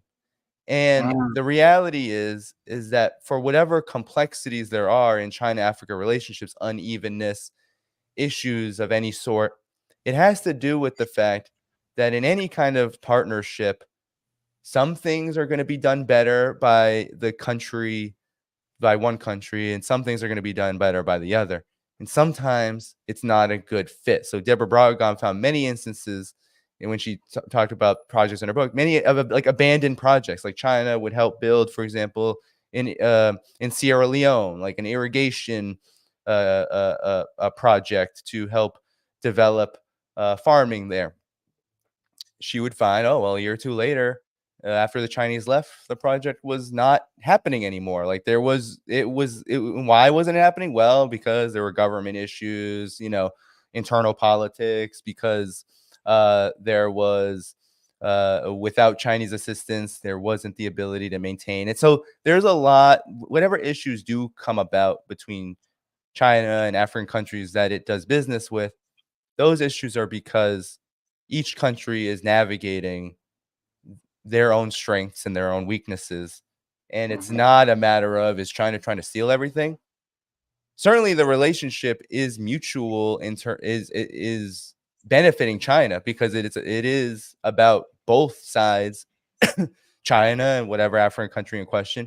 It's about both of them benefiting. China's not doing this for charity or to, it's not doing this out of some kind of hope that it can just lift up African countries, that kind of thing. No, African countries have certain needs. All of them are underdeveloped at this point. The United States destroyed the most prosperous of African countries in Libya. Yeah. And so all African countries are underdeveloped, impoverished, have been, unfortunately, despite the vast wealth that sits underneath or that sits within each respective country, all of those borders of which were drawn by the West, were drawn by colonial powers. Those countries, they look at China and they say, well, okay, China has high technology. They have all this infrastructure. They have the ability to help us build electrical lines, ports, all these things that we need, roads, railroads, all these things that we need in order to integrate our economies and to develop industry and to raise the standard of living of African people and to stabilize, even if it's just narrow interests for a particular African country, to stabilize the situation, to make sure the economy is stable. Regardless of what it is, that's how African countries look at China. And China sees Africa, of course, as a vast, resource-rich continent. But it also has, and this is true, I think, on both sides, there's also a bigger part of this relationship that tends to get undermined, which is that China and Africa, since the Cold War especially, have a strong relationship when it comes to politics and their histories. China and many African countries see a relationship between what they had to experience from outside powers. African continent was carved up um, by the West, and China was humiliated by the West, right? Like they both have that. They both have this kind of colonial legacy that Hmm. they share. So a Yeah. lot of African countries, I mean, my friend Jing Li, who works at CGTN, she recently did a video on the Tanzam Railway, which was built in the early 1970s, before opening up and reform, before the there was really any Chinese industry, so to speak. It was very rudimentary still at that point. But still, China sent its workers, its whatever technical know-how it had. It sent people to Tanzania and to Zambia to build a railway that connects the two, and it still exists to this day. And it was one of the first, I believe it was one of the first railroad projects ever, one of the first rail systems ever on the African continent that was built by China. So they have this relationship of solidarity as well, which often gets negated. And now we see that relationship really, I think, in our face more and more as African countries become less and less satisfied with how the United States treats them. The president of Ghana, for example, I believe it went viral when he confronted Kamala Harris and said, "Hey, don't talk to us about China Hmm. because we're not here to do that." And the reason for that confrontation was because the United States tends to like to travel to African countries and get them into back rooms, get their leaders into back rooms and say, "Hey, you shouldn't be trading with China as much." And the African country says, "Oh, will you help us more? Will you trade with us more?" And the United States was, "What? No, not really. We have a military base for you. We have the U.S. Africa Command for you. We have counterterrorism for you. And we have a very small amount of development assistance, which will be led by nefarious organizations like USAID and spearheaded by major corporations and their think tanks to essentially steal what you have. And it'll only be, well, I think the U.S. trade volume, U.S. economic trade volume in Africa is something like $40 to $60 billion, something very low. In China, I think it's close to 300 billion at this point. So there's a discrepancy about which power in this situation makes the most sense for African countries and African nations, and it's China. So that is all to say that it's important to first look at the lies that were being told. Right? Debt trap diplomacy with regard to China is just literally a lie. First of all, you can't put debt trap and diplomacy together and act like they stand together. There's no diplomacy if there's a debt trap. That's literally economic warfare. And who knows best about economic warfare? It's the United States, which sanctions Hmm. over 30 countries around the world, and in attempts to starve them into submission, and creates major havoc and chaos and literal death in Syria and many other places. Like, people die in the thousands and the millions because of sanctions. So then we have to look at, well, what are the relations exactly between China and African countries? And they tend to be a lot friendlier, a lot warmer than uh, you would expect from what you've heard in the Western mainstream media. And that's because, on the one hand, China has a lot to offer, African countries have a lot to offer. So it makes a lot of sense for them to do business together. Africa has a lot of wealth that has been untapped, that needs to be developed, and African countries have for so many years. This is a decades-long process. This is what all African revolutionaries, all independence movements that were worth any of their salt have said. It's, we need to develop our wealth in order to make this particular African country, whether we're about Ghana or Zimbabwe, anything, we need to make our country wealthy for African people. And the only way you do that is by building industry, developing the productive forces similar to, like, let's say China, so that your natural resources actually go to the needs that your particular society has. So African countries have that. and they have a lot of untapped wealth that China can use to help sustain its industrial Right. economy. And Right. China now has such a big economy that it needs to send off economic development, certain sectors of its economy to Africa to build these projects, because it helps release pressure from China's economy, and it helps to not just ensure that China grows richer, but then it also provides it also helps raise the standard of living of African countries, and that in effect only can help China, because the richer everyone gets, the more that the trade relations bring breakthroughs that that can really address problems, like the Mm-hmm. ability for example, African countries to get renewable energy from China, then Mm-hmm. ensures that there can be more countries in the in the arena figuring out, well,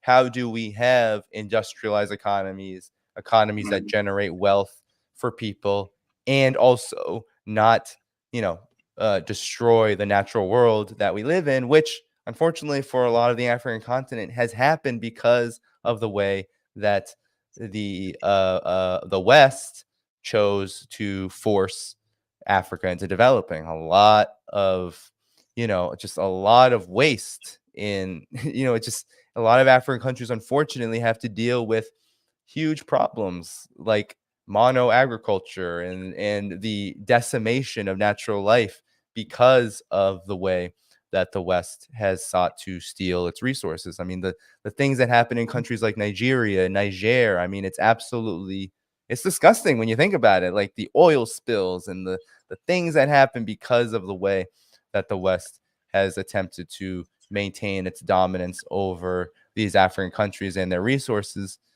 still holds consequences to this day. So China certainly is not the problem there. And whatever problems do arise in the China-Africa relationship mainly have to do with how bilaterally those countries are dealing with unevenness, both internally and between each other, because that's just the reality. They're not going into this with everything figured out. They have needs that sometimes can't be met.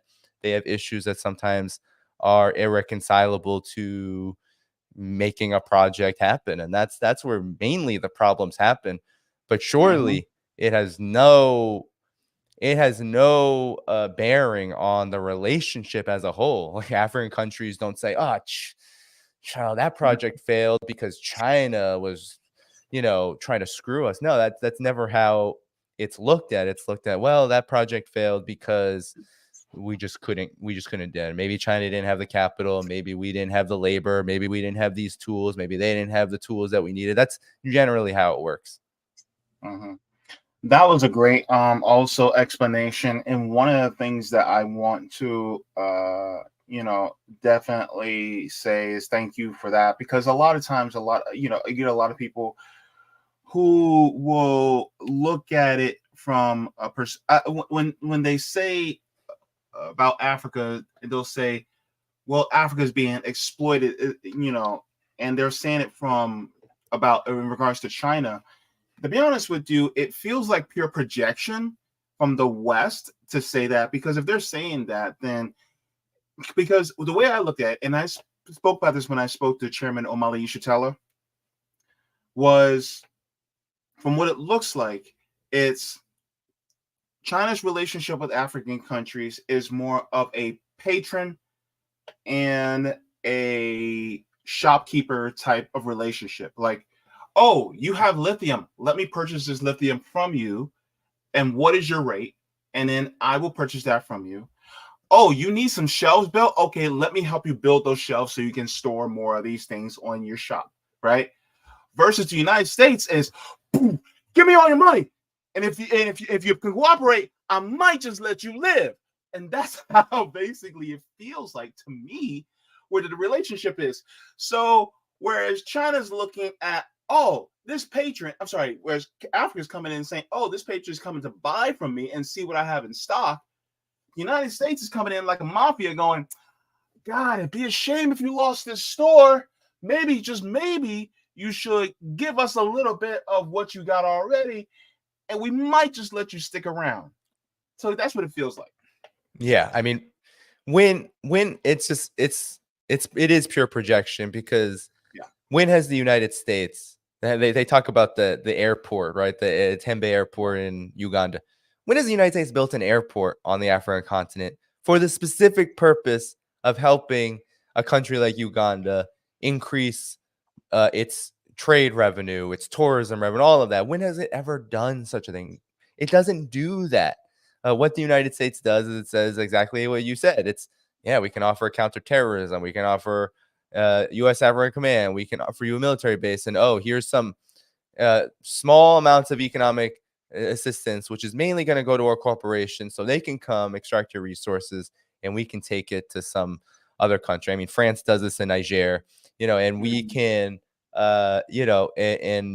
we can control your economy, and that's about it. That's about what we offer. So the projection certainly is that the United States, yes, does what they accuse China of doing. That's what the United States does. And the interesting thing now, and I think the reason why Africa comes up so much, is because the Mhm. United States has a lot of insecurity about this issue.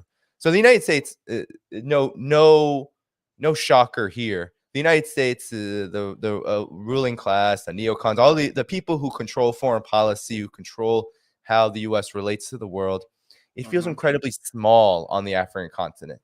The United States came to the game late when it comes to Africa anyway, Mhm. because during the independence movements of the 20th century, the United States was in a delicate position during the Cold War, and it didn't Mhm. want to be seen as a new colonial power. So what it Mhm. attempted to do was use the bare minimum of means to undermine any kind of problematic independence forces, and then pivot to where it felt it was most important economically to pivot to, and that was never the African continent. The United States never viewed the African continent as an important place. It was too underdeveloped, and by the time the United States got into the game, we're talking the 1960s, really, 1970s, the United States wasn't really in a position to say, okay, well, we're going to invest a whole lot of resources to then extract what Africa has for us. No, it was going to use what was already ready made, the European colonial system turned neocolonialism, to have that happen. That's why you still have a situation where France is mainly the most influential economic player in West Africa, right? It's not the United States. And why Yeah. is that? Because the United States was like, oh, no, no, no, we'll let them do their thing, and then however Europe benefits from it, there are junior partners anyway. They're under our thumbs. We'll benefit from it, indirectly. So the United Yeah. States never put in the energy economically. It never had interest to do that. It always viewed Africa as a chip in a Cold War, in a conflict with bigger fish that it wanted to fry in the Pacific with China, the Soviet Union, and Eurasia. That's where it focuses energy is in relation to Africa. So by the time China started to, in the late um, 20th century, early 21st century, start to look at the African continent as an economic partner, Mhm. the United States was not even paying attention. So Gotcha. suddenly, as China was building up its economy, as the United States started to raise eyebrows and say, wow, China's growing pretty fast. Maybe one Mhm. day China will be viewed as a competitor to us. Um, by the time that happened, China and Africa were already very close economically, and it's Mhm. only gotten stronger as the United States has looked more and more like a pariah that it is around the world Oh. in the economic sphere, right? Like, what does it truly have to offer? It goes in, the G7 conference in 2022. You remember they had this huge, we're gonna compete with the Belt and Road Initiative, and we're gonna pour, what was it, $600 billion. Nothing happens, right? Nothing happens. $600 billion poured between these Western countries and, of course, the vassal Japan, and we're gonna compete with the Belt and Road Initiative. And then at the latest G20, they said, oh, we'll do this Middle East, India, Europe corridor to compete with the Belt and Road Initiative. Well, nothing happened at the 2022 G7 summit. And then 2023, they announced this corridor. And then the United States says, oh, to hell with it. We'll just back Israel's genocide. And guess what that means? No corridor, because you can't have a corridor going from, you can't have a India, Middle East, Europe economic corridor if you have a literal genocide and a possible regional war happening in the exact region where that corridor is supposed to run through. Oh And God. diplomatically and politically, it's a non-starter now, because guess what?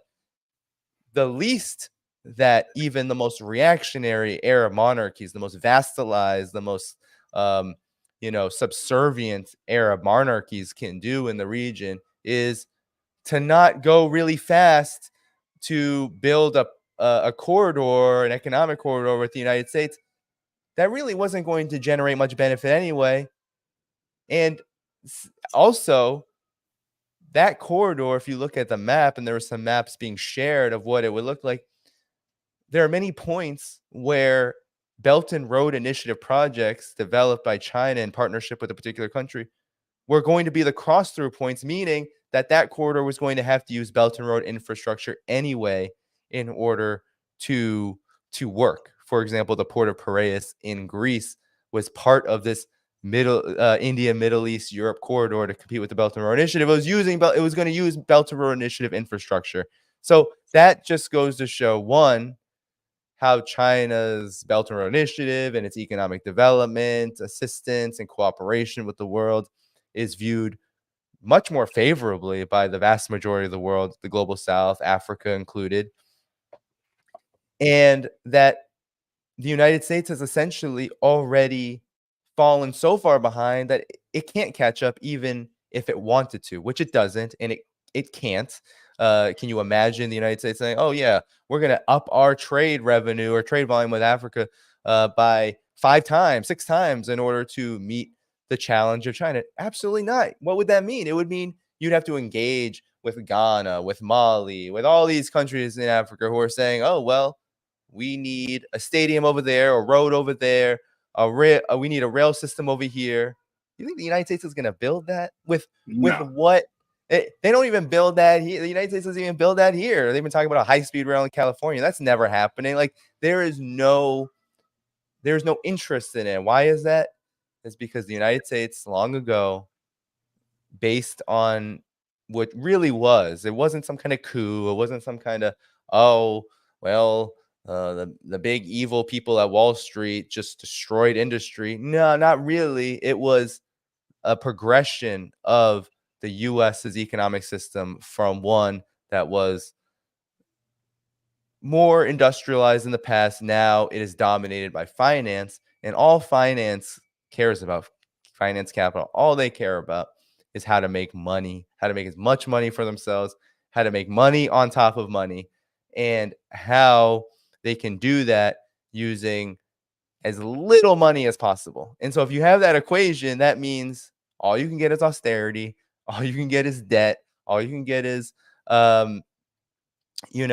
war, because if you invest some in war, you might be able to get more money from that investment, because hey, there's a lot of wars that can be waged in order, and the more that you wage war, the more unstable the world becomes, and then you can swoop in and steal more from from others. I mean, that's what finance capital literally does. It swoops in and steals once the wars or amid the wars being waged. So that is kind of the equation that we live under, and when it comes to the United States' economic system. So it's just, as you said, it's complete projection, and that projection does expose a fundamental weakness, which is that there really is no competing. You had heard Gavin Newsom. He went to China. He visited many cities. He was in Beijing. He said very lovely things about China. And one of the things he said was,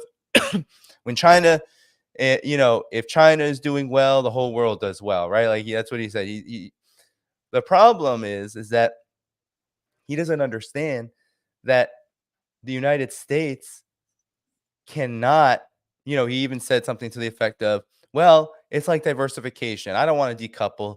I think we should diversify, because if we diversify, then, and we compete, as you said, almost like I'm like alluding to what you said in terms of earlier, in terms of everyone compete. Like if we compete to do really good things, then maybe the world would be a better place. Like if we competed to end climate catastrophe, environmental catastrophe, if we competed to alleviate poverty, all those things, like, yeah, you could have a really good world. The problem is that the United States, its economy, finance, that dominates it. It sees competition as a huge problem, and it also sees competition as merely an engine to fuel zero sum games, because the only way that finance can reproduce itself is by getting bigger, monopolizing more, and ensuring that any competitor eventually loses. So it's never about, oh, sometimes we lose, sometimes they lose. It's not a game of basketball to them. It's not. Kevin Durant said recently, he was like, oh, you're going to find out that you compete harder amongst friends, right? I think that's a pretty interesting little factoid, because the media always says NBA players, why are they so nice to each other? Why do they like each other? I don't want to see that on the court. And that's because, they want to see these aggressive black men, competing against each other, and it's so good for sales, that kind of thing. But I think we can kind of look at the world situation like this. Like, surely you could compete and you could do really great things if you're friends, right? Like if you're friends, if you're friendly, if you have good relations, then surely everyone can benefit and you can still compete. It's not like it's not a completely communist world order. So you can still compete around things and see who ends out on, see who wins, see who loses. But it generally means no one loses. So at the end of the day, the problem is that the United States cannot and does not want to legitimately compete with China and Africa.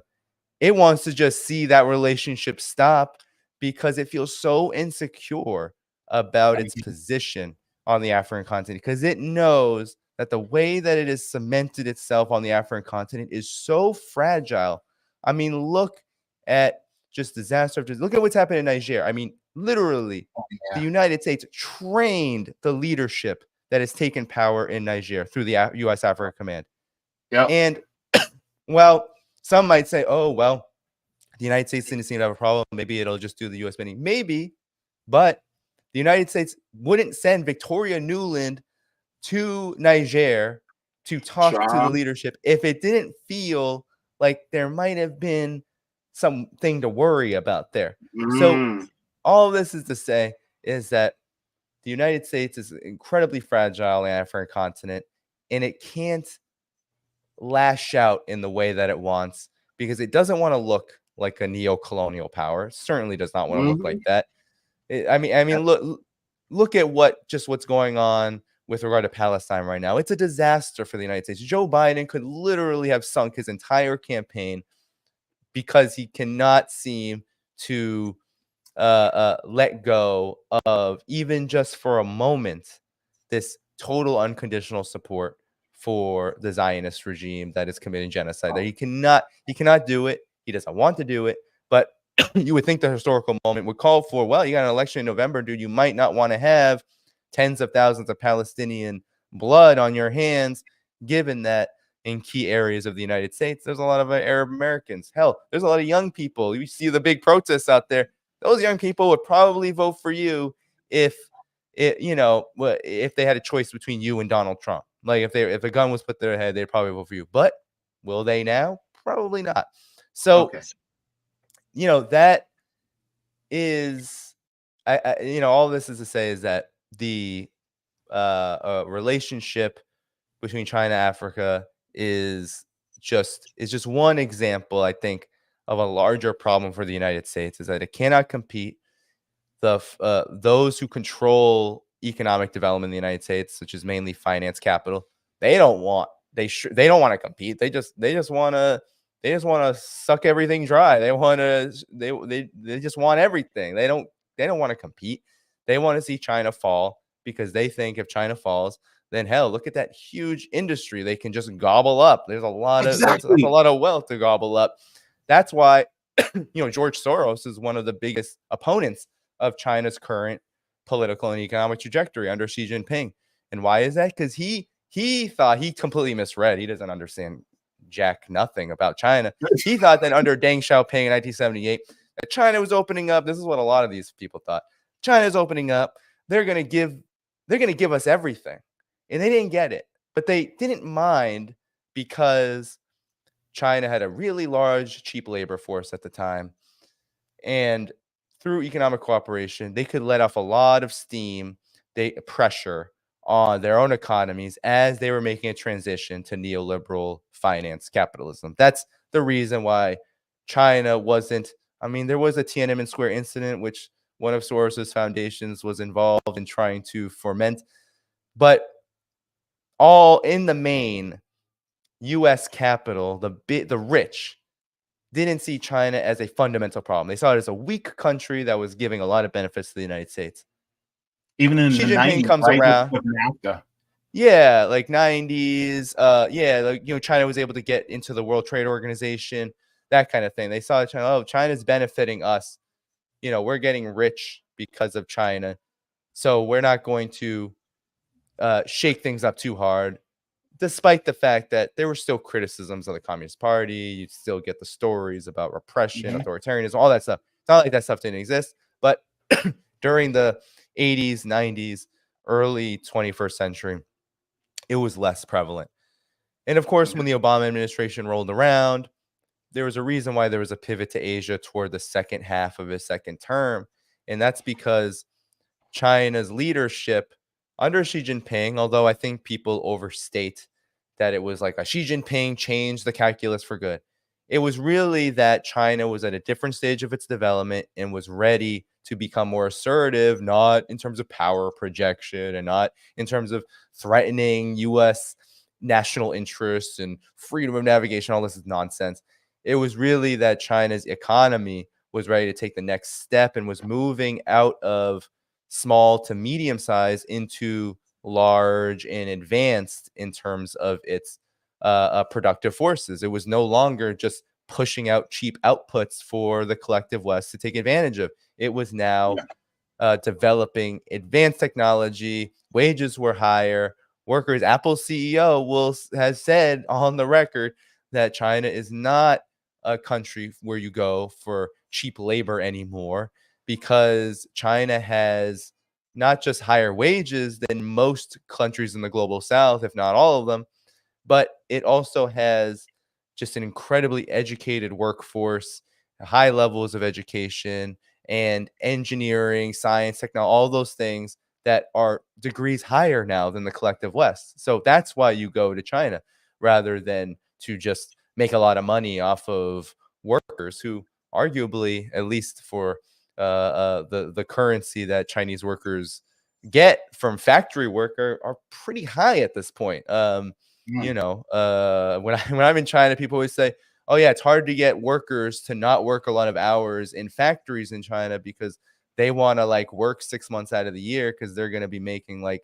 100, 200, 300,000 RMB, and then they're gonna, and then they're gonna be good." Like that's what, but they're working a lot, and so there's some problems with that, and that's one of the things that they have to deal with. But in any event, it's because China is not a low-wage country anymore. It's because China has developed in the way that it has, and it's because it's ready to be more assertive, and that countries are looking toward China and the global south as a potential alternative, because its foreign policy has always been, but now it's just more important that it is, it's about non-interference. It's about ensuring that the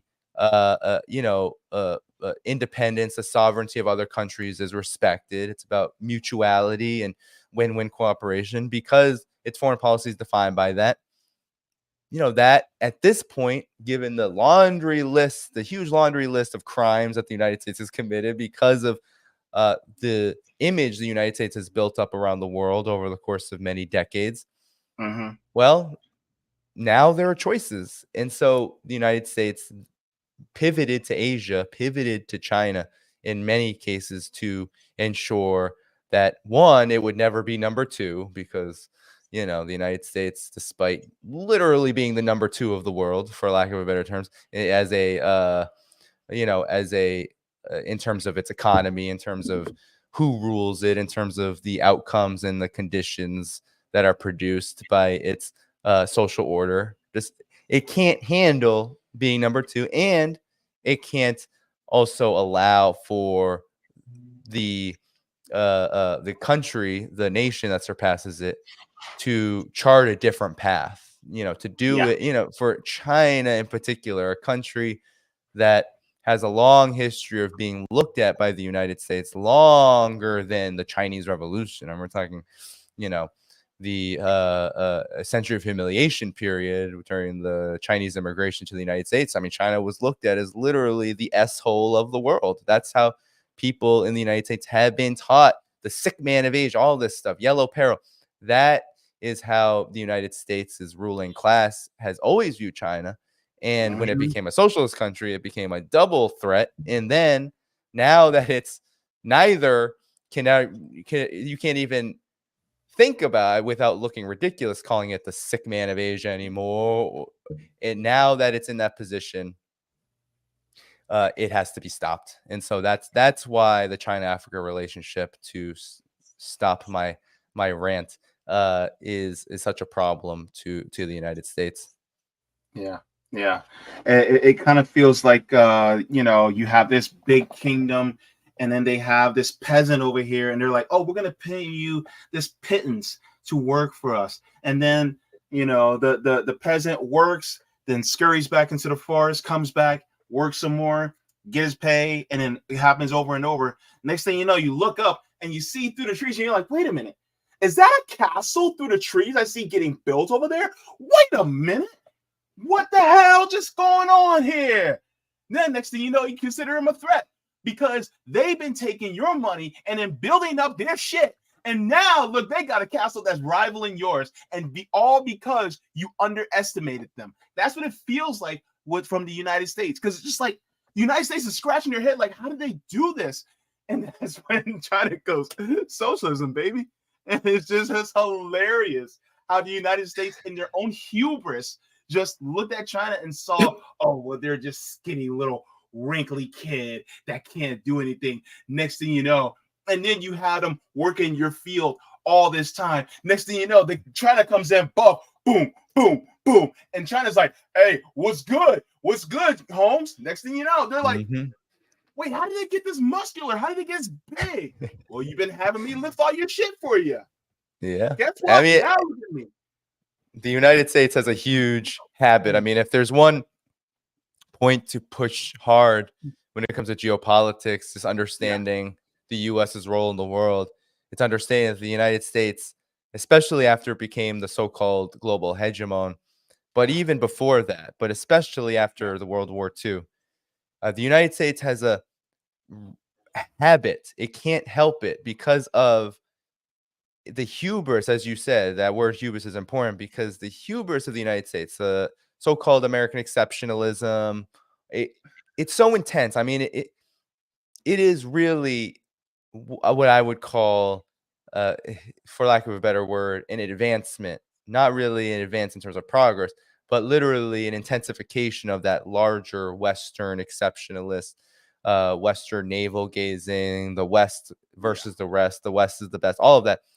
There is nothing more intense than American exceptionalism as an ideology built on hubris. And so the United States, its ruling elite, its foreign policy establishment, all of it has always had a huge habit of underestimating those it views as an adversary. I was just in Vietnam, and if we're talking about underestimation, I mean, the United States literally thought it could destroy an entire people through conventional warfare when they were fighting guerrilla warfare. So you think you can destroy an entire people fighting a guerrilla war for their own country and their own independence and their own right to live and to develop how they want to do it. And you're going to do that through conventional means, dropping bombs on them, invading them, dropping chemicals on them, Agent Orange.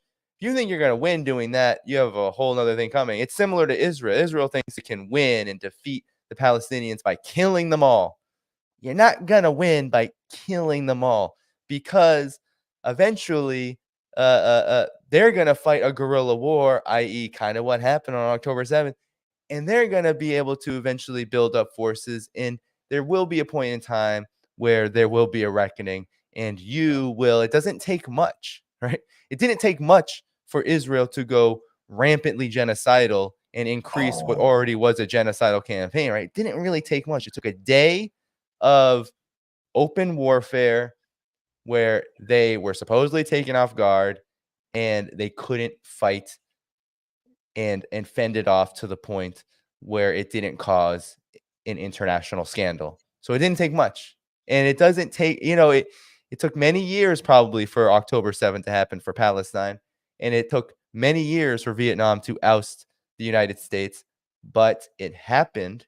And the United States United States underestimated the people of Afghanistan. They thought they were going to occupy that place forever and they were going to control it forever. And then one day they were running into their damn fighter jets trying to get the hell out. They were trying to helicopter the entire U.S. occupation force out of there because they were being chased down by, allegedly the Taliban, but I'm sure it was a lot of ordinary Afghans who took up arms to oust the occupation force. The same goes for Korea. They thought, oh, we're gonna go in here and we're just gonna make quick work. They were in Korea for 3 years and they had to end in a stalemate because they could not take over the North. They could not do it.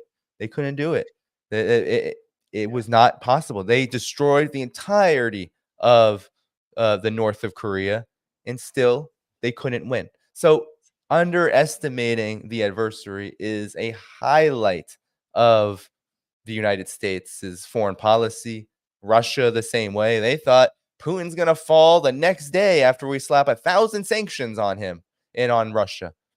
No, actually, Russia's economy has been able to reorient in a way where it was actually, it's actually growing faster than much, if not all, of Western Europe at this point. So the underestimation, I can go on and on and on, but it's just a highlight. And I think it shows how when you are a hegemon, when you are sitting at the top of an empire, you can't see what's actually happening underneath you. And what's actually happening underneath you is that people in nations are trying to get out from underneath you. And generally, history shows that they eventually win. And so your days are numbered. And that's what the United States is so worried about. They're worried about it in the war on terror. That was a lot of the reason the war on terror was fought. It wasn't, 9/11. It was, oh, wow, there's still Syria, there's still Iran, there's still Iraq, there's still these countries that maybe one day, if they're able to modernize, they're able to continue on their path, they're kind of going to be completely independent of our our financial system. And oh, wow, they have a lot of resources. If they're independent of our financial system, then our financial system is completely effed. So that's why General Wesley Clark, talked to Donald Rumsfeld and he said, oh, we want that country gone, Libya, Syria, Lebanon, Iran. Like, what are all these countries? Oh, all these countries are resource rich, and many of them happen to be independent or happen to have had pretty fierce independence struggles. Even Somalia was on that list, and we know the United States has had a lot of trouble in Somalia. It's tried to suppress Somalia for many, many years. It overthrew the Islamic Courts Union because it couldn't handle any independence in Somalia because it needed Somalia's resources, its geopolitical, geostrategic location.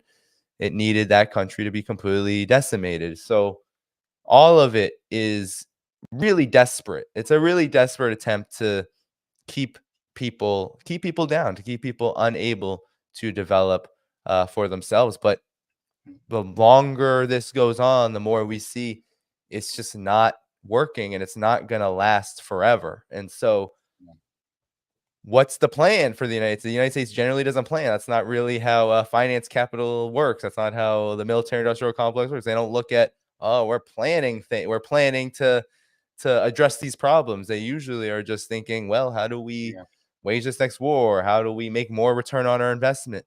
Well, There is no plan. The plan is, well, let's hope we can destroy and and suppress and hopefully undermine any attempt to get out from underneath us.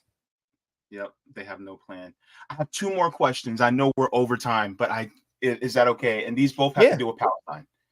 Okay. All right. Cool. Okay. Great. So my first question is, and I'm kind of switching the order a little bit because you were talking about Palestine just earlier.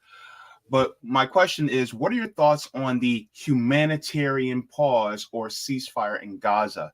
Do you feel it's a step in the right direction or a misdirection from Zionists to take the land? Well, I think the humanitarian pauses that are being implemented now are the concession, the very small concession that the Israeli government was willing to give to the United States.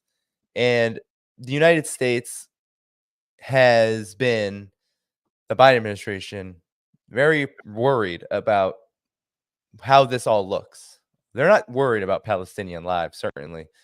If they were, they wouldn't have been pushing more support to Israel, talking about unconditional support, all of this stuff for the duration of this latest massacre. But the Biden administration is worried about how this looks. So the humanitarian pause is, first of all, I mean, the language is just infuriating. Like, I have a hard time saying it because we already were in a place where the narrative is ceasefire. And there have been ceasefires in the past. Every time Israel makes an incursion on Gaza, wages a, elevates its kinetic war on Gaza, mowing the lawn, as they call it. Every time they do that, there's a ceasefire eventually because, Hamas and Palestinian resistance forces fight back. There's a protracted battle. Israel doesn't really like urban warfare. So after it bombs a bunch, it usually says, okay, well, we'll ceasefire. It doesn't mean the violence stops. It doesn't even mean it's ever respected.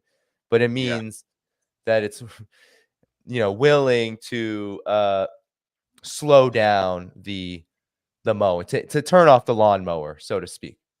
Got it. So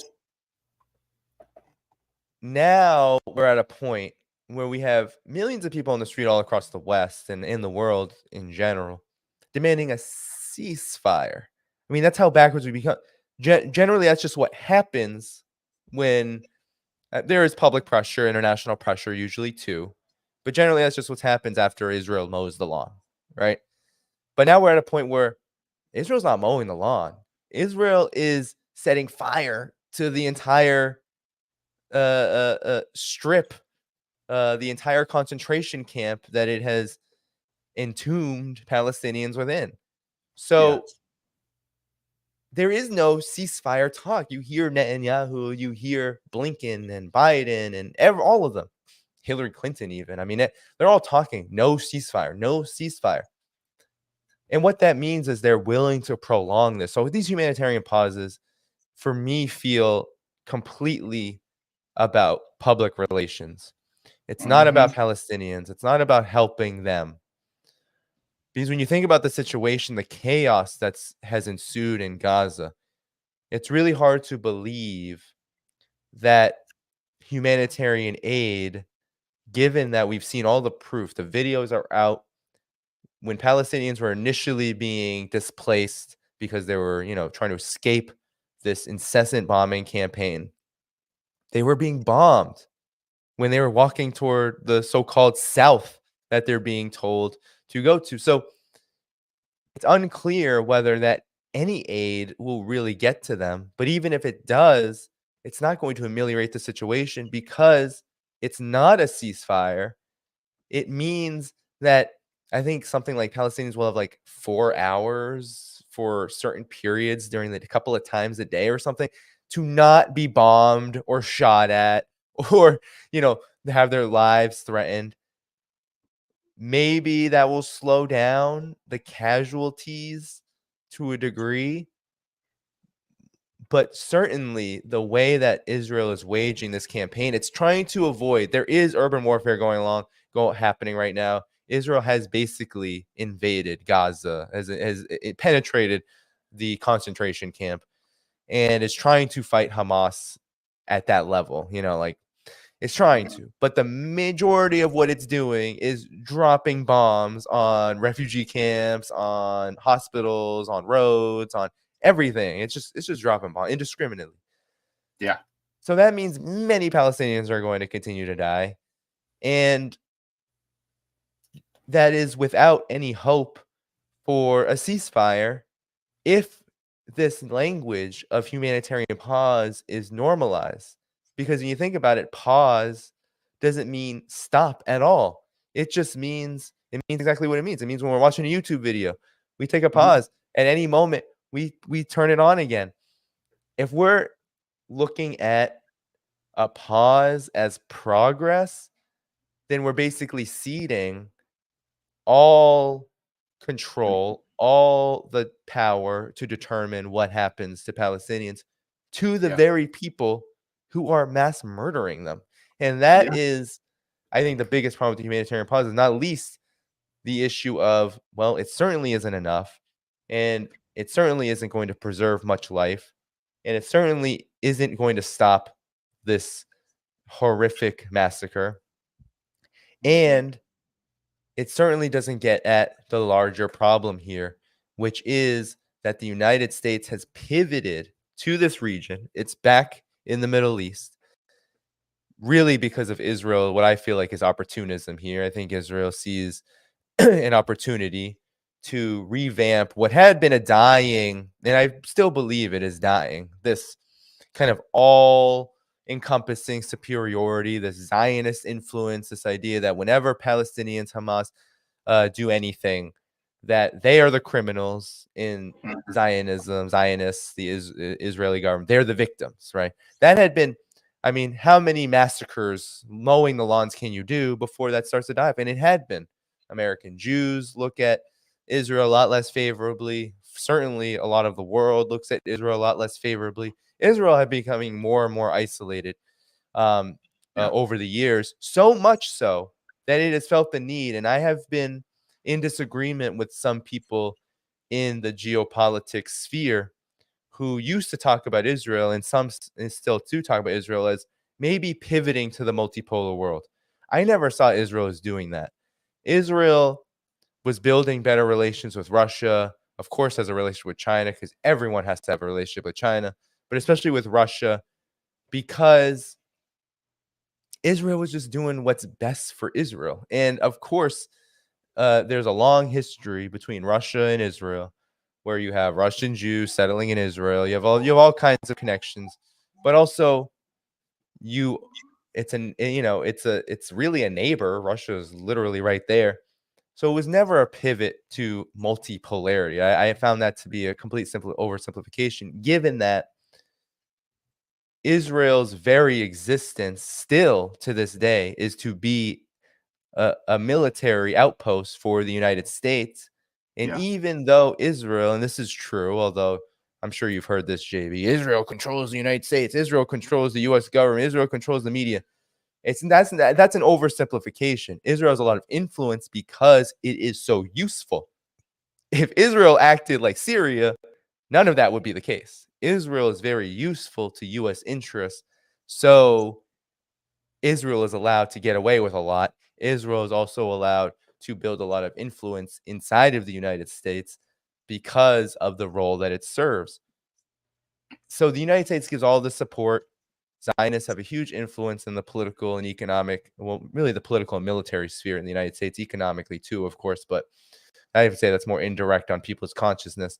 But it has a lot of influence politically, a lot of influence on the information sphere. And even so, the response to this shows that Israel is more isolated than ever. So this humanitarian pause stuff, I feel like, is not just bankrupt and not just completely and utterly infuriating and an insult, really, to what this moment calls for, but it also shows desperation on the part of the United States. The Biden administration understands that the more Palestinian bodies pile up in a mass grave that it is sponsoring, the less likely the United States is going to come out of this with the same international standing it had before this started. It is going to decline around the world. No matter how much bribery and how much bullyism it does in that region. I mean, the Saudi-U.S. relationship was already fraying. It's only going to continue to fray. Things like that are going to continue to happen. And also, it has potential harm on the domestic political situation in the United States. You have a lot of angry people about this. People are not happy. Yes, there are people in the United States. There are people in the West who have, people are human beings. People understand suffering. People don't like to see suffering all the time. They feel something. They feel something when they see tens of thousands of Palestinians being bombed and killed, and 4 or 5,000 children being killed. They're seeing the images, and they don't like it. They see it as a crime, and more people are coming to this conclusion. So that means the domestic political situation is more unstable, especially for Biden, who, I mean, let's be honest, Biden was already going to have trouble defeating Donald Trump in the general election coming up in 2024. The longer this goes on, I mean, can you imagine the ammo that Donald Trump has? Of course, Trump is not going to be opposed to Zionism. I mean, look at what Donald Trump did during his administration. He was looking to strengthen. I mean, he did. He not only moved the capital to Jerusalem, but he also gave the Golan Heights to Syria. Essentially, he didn't give anything, but he signed off on all of that. I mean, those are major escalations. But at the same time, he has a huge amount of ammo to make Joe Biden look incredibly weak, because Israel literally looks like a mad dog that can't be reined in. And the Biden administration is showing no desire to even look the part, right? It's one thing to just unconditionally support this massacre that's going on. It's one thing to be completely aligned with the interests and motivations of the Israeli state, of the Zionist state. That's unsurprising in my view.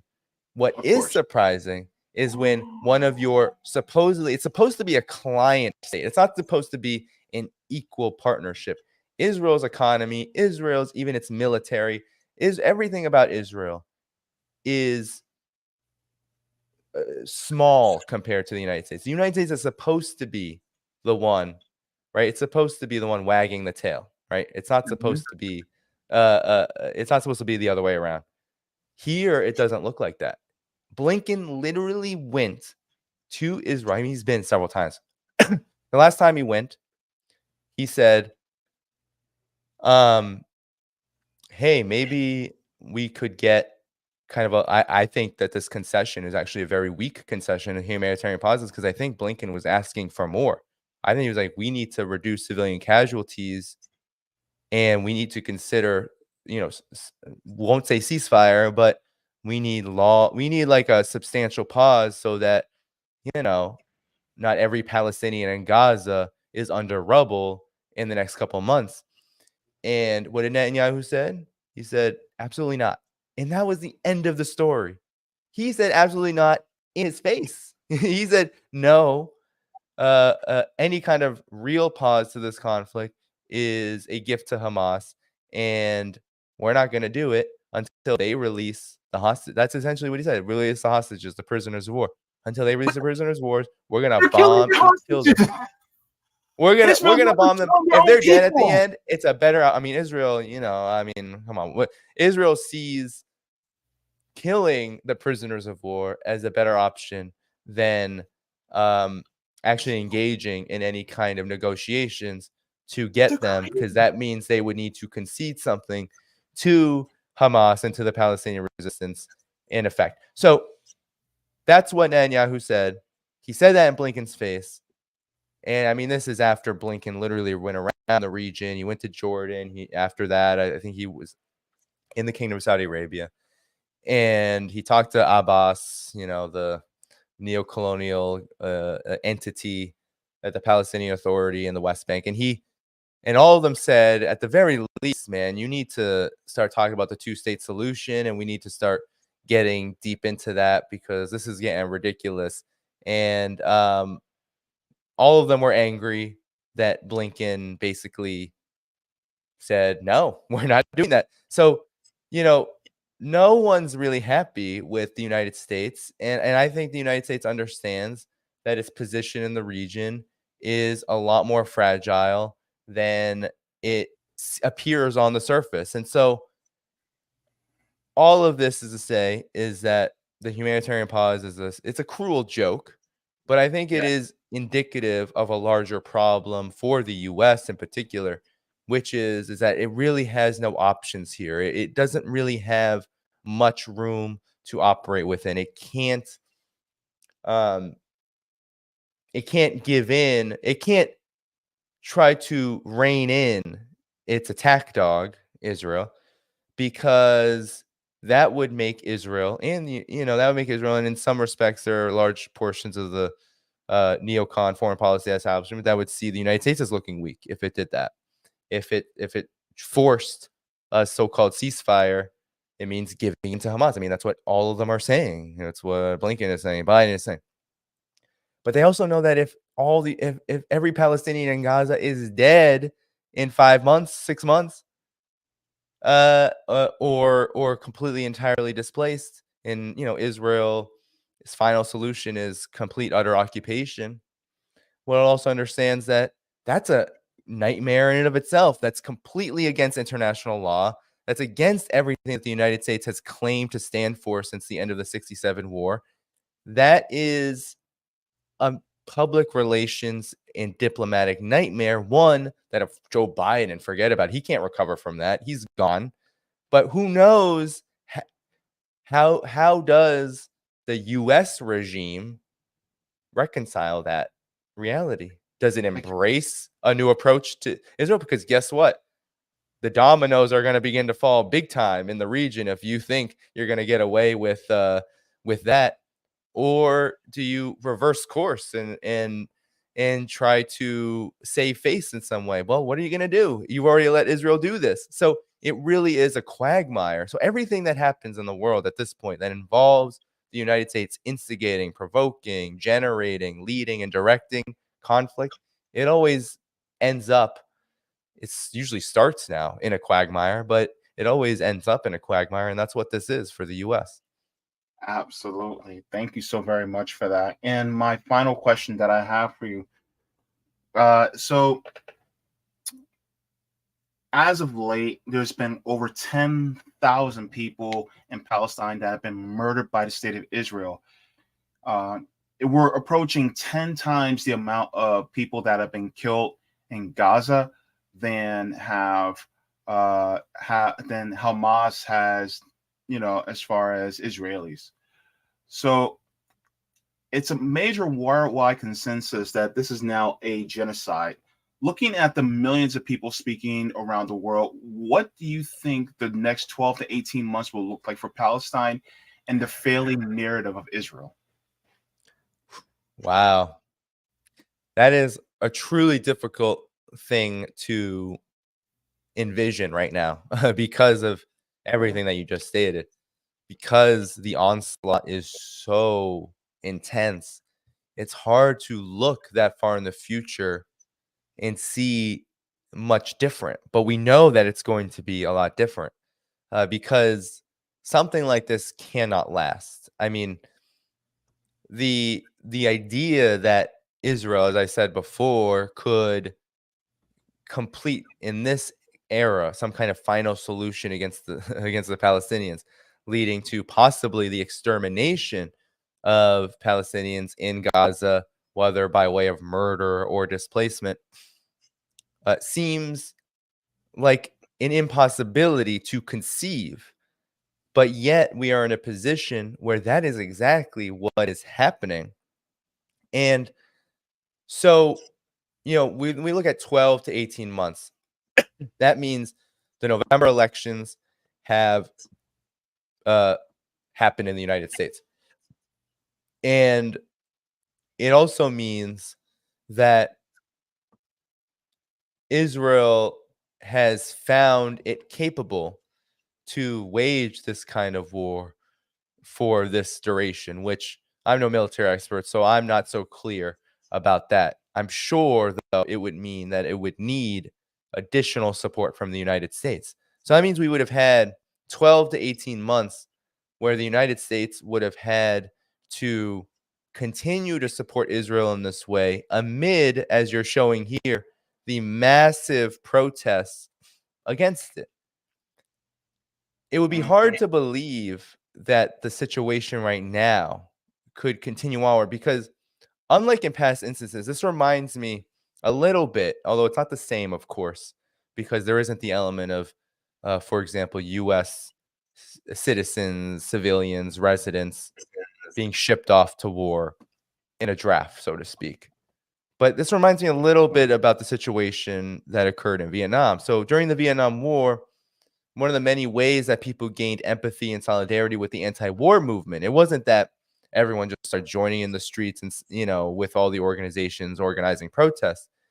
It was that they saw the carnage that was happening in Vietnam. They witnessed it from their televisions.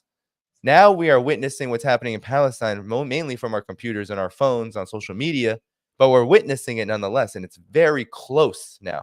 It's probably closer. This kind of war, this kind of onslaught is probably more visible to us than it ever has been. The same has happened in the Ukraine conflict. A lot of people who have followed the Ukraine conflict have been able to get direct footage of what is happening in order to be able to relate to such a conflict. So this, though, is different in the sense that, unlike the Ukraine conflict, where you can pass off blame on a Cold War foe and gin up Russophobia and all that. This kind of great power confrontation. Ooh, Russia's a boogeyman invading. You are having a situation where there's almost like a rewind of history in an attempt to do what the United States and, of course, Israel and its allies did during the War on Terror, which is paint a people in a region as a nation, really, if we talk about Palestine, as a bunch of terrorists, so they can just be eliminated. Well, people are kind of tired of that. That doesn't work as well as before. This is why you only see the most Karen-like, the most intensely Zionist-aligned folks talking about terrorism, this, terrorism, that. It's because most people, while they'll say, oh, we condemn what Hamas did, a lot of people might say that because, nobody likes to hear people are getting murdered. But even so, this narrative of, oh, they're all terrorists, let's get rid of them, and no, you can't support them. No, people see that ordinary people, civilians, women, children are being massacred. So to imagine that going on without these kind of protests that you're showing continuing and escalating even is hard to believe, because war fatigue is a very specific phenomenon. And when it comes to the kind of brutality that we're seeing, I just don't see it happening. The way that this is going, I'm pretty sure that people are going to continue to be angry about this, to rage against it, and it will have political consequences for the United States. So I guess in the next 12 to 18 months, I do see the United States attempting to pivot in some way, where they're trying to pivot with Israel and say, hey, like you gotta give a little here. This is not going to go well for you. Maybe they'll say, hey, Netanyahu, we're going to throw you under the bus. You won't have the kind of political power and influence that you've had over the years anymore if you continue to allow this to happen. And maybe then Netanyahu will say, oh, all right, I'll agree to that. Maybe we'll stop for a little while. Like something is going to give. Now, given the pushback against the ceasefire, it's hard to believe that in the next short period of time that it will be a ceasefire. But I could imagine a scenario where there is, after, of course, way too many Palestinians have been killed, way too many children, women, everyone have been killed. There is a scenario where the United States and perhaps Arab countries and perhaps the region, and maybe the United States is really on the periphery, but really that there's some kind of negotiation where I think there already are discussions of the prisoners of war being released. And so over the next 12 to 18 months, could there be concessions made? Maybe we don't even hear that the concessions are made.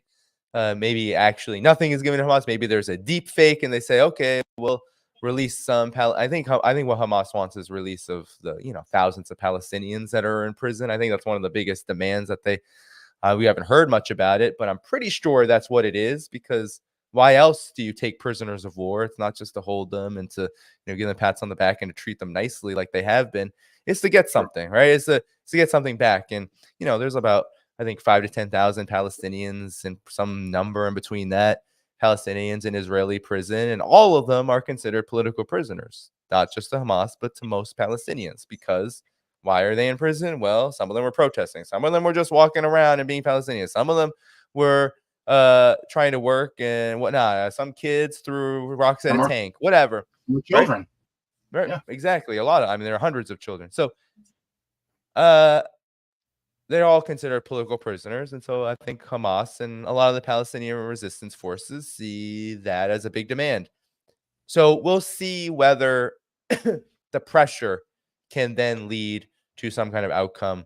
That's really what I can envision seeing, some kind of pressure release, where there is this kind of like, well, if this keeps on going on, there'll be problems domestically for the United States, problems domestically for Israel, and also, there will be need to give a little, because it's hard to imagine just a full, just any kind of so-called pause or ceasefire without, at this point, Palestinians getting something, because I can't imagine, with all the carnage and all the devastation, that Hamas or any other Palestinian resistance group is going to say, okay, that's cool.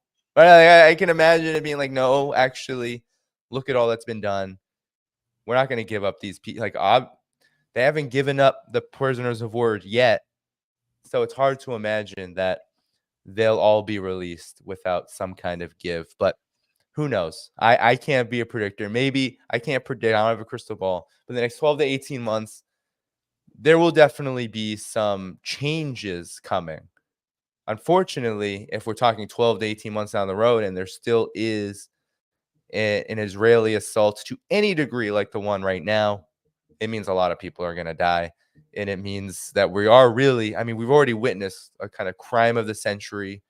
Iran today, they released a statement. I think Iranian president released a statement saying this is the worst crime of humanity ever. Maybe that's a mistranslation, because certainly it's hard to compare criminality when it comes to colonial regimes.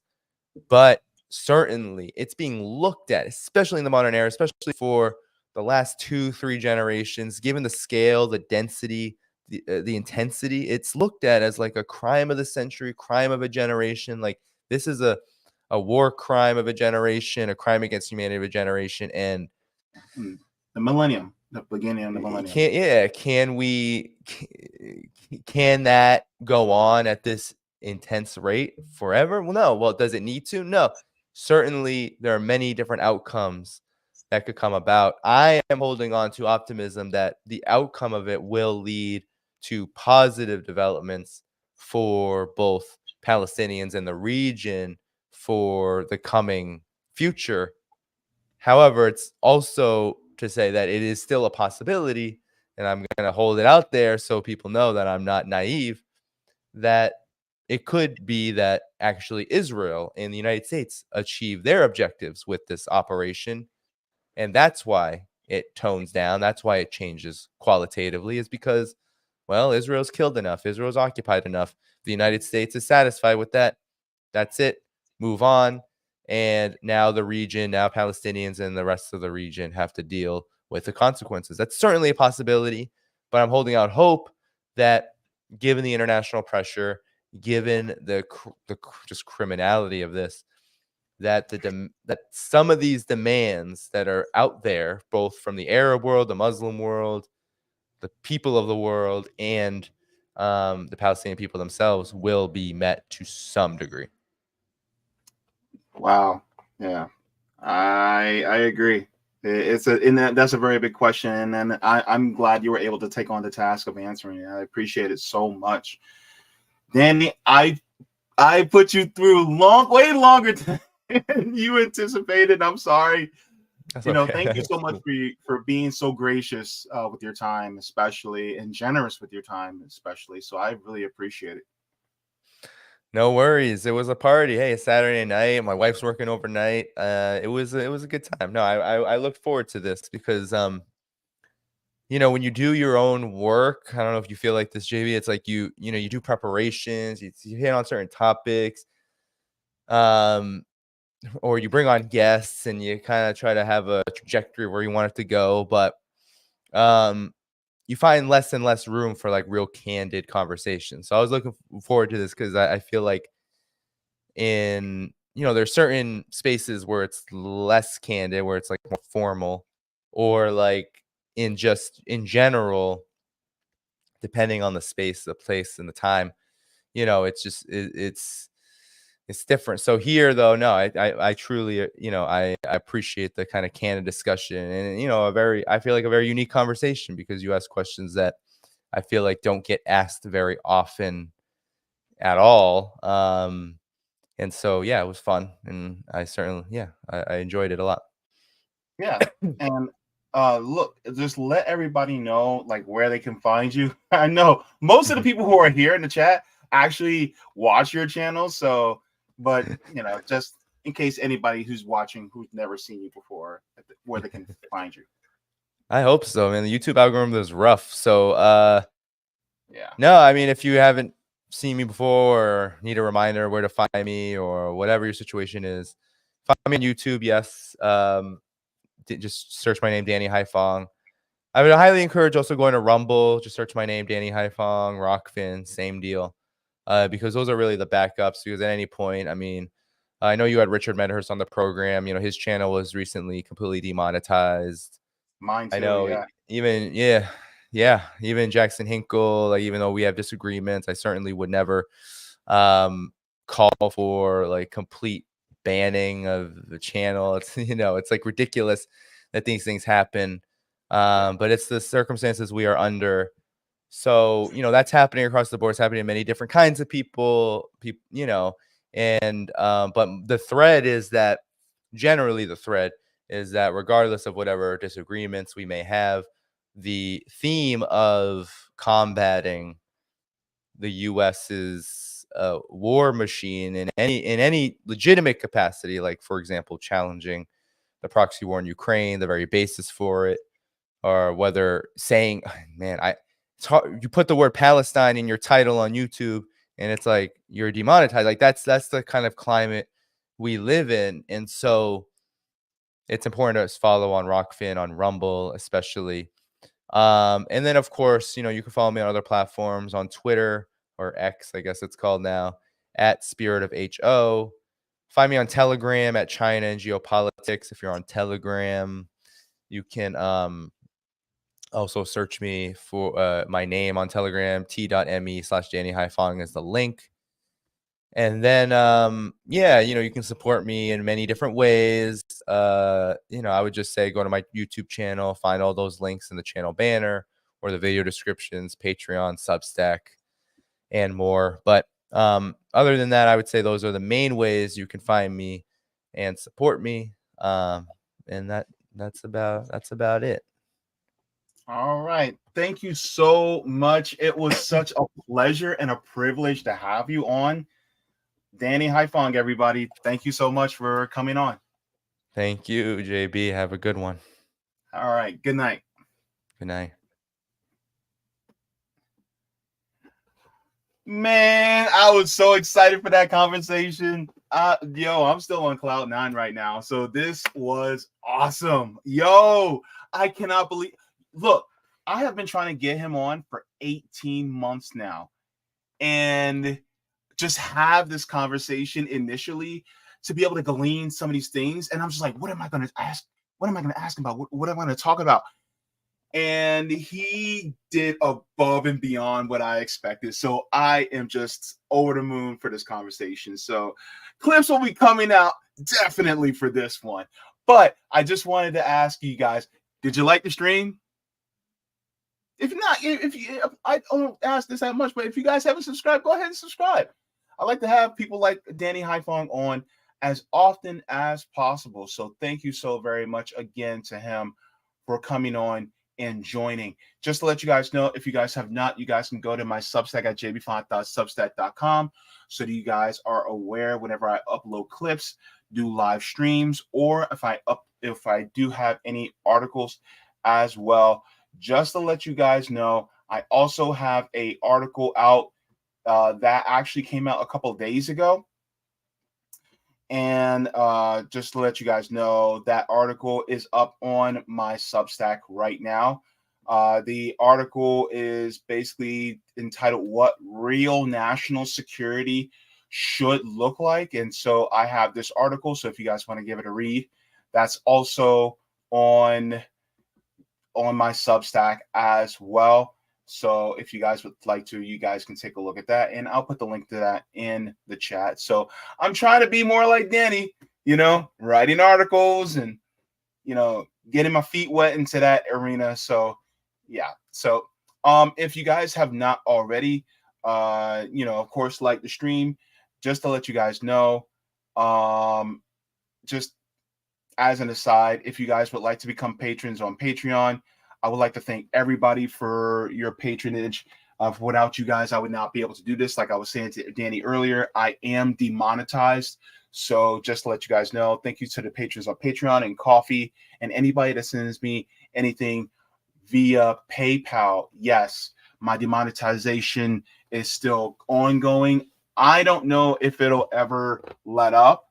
I just know that it's at least for 90 days, which is basically until January. And if it comes back, I'll let you guys know. But for right now, it is not. So if you guys would like to, you guys can go to Patreon or PayPal if you guys would like to send me something to support the channel. Also, just to let you guys know, just as a thank you to the new patron, we have Merlene. I think is the G silent? I'm not sure. It's Neen. But Merlene Neen, thank you so very much for being a brand new patron. Also, just to share you guys with the tiers that I have so that you guys are aware. So if you guys would like to support the channel, you can support the channel. I have my Patreon tiers here. So you guys can see there's JB members, Solidarity, Comrade, Jaybefaunters, Super Jaybefaunters, Super Duper Jaybefaunters, and Mega Jaybefaunters. You guys can join on there as well. Also, just to let you guys know, I am also part of Revolutionary Blackout Network. So we have an Orlando chapter here. We're doing a mutual aid event in December. We're raising funds for grocery gift cards, toiletries, and warm clothes. If you guys would like to, you guys can donate at Orlando RBN. I'm sorry, $ Orlando RBN. We're trying to raise $3,000. We're about a third of the way to our goal. So if you guys would like to help out with that, then you guys can help out with that and assist me with that. And anybody that donates at all while I'm on stream, unless you say otherwise in the comments, I will be shouting you out as well. So thank you so very much to everybody so far in advance who have donated for the mutual aid that we're doing for the homeless neighbors here in Orlando. So thank you so very much for that. Now, just to get to the chat a little bit, I know I'm way over time, but I just wanted to get into chat before I get into my next story. Yes, I had a story to also cover with you guys as well. But Savvy Sabs is in the chat, says, I learned more on here than I did in history class. Thank you so very much, Sabs. That means a lot, actually, because a lot of times, I'm trying to learn along with my audience as well, which is one of the goals that I have. We have Desert Mantis says, let's get Carl Ja on the phone and make it a threesome.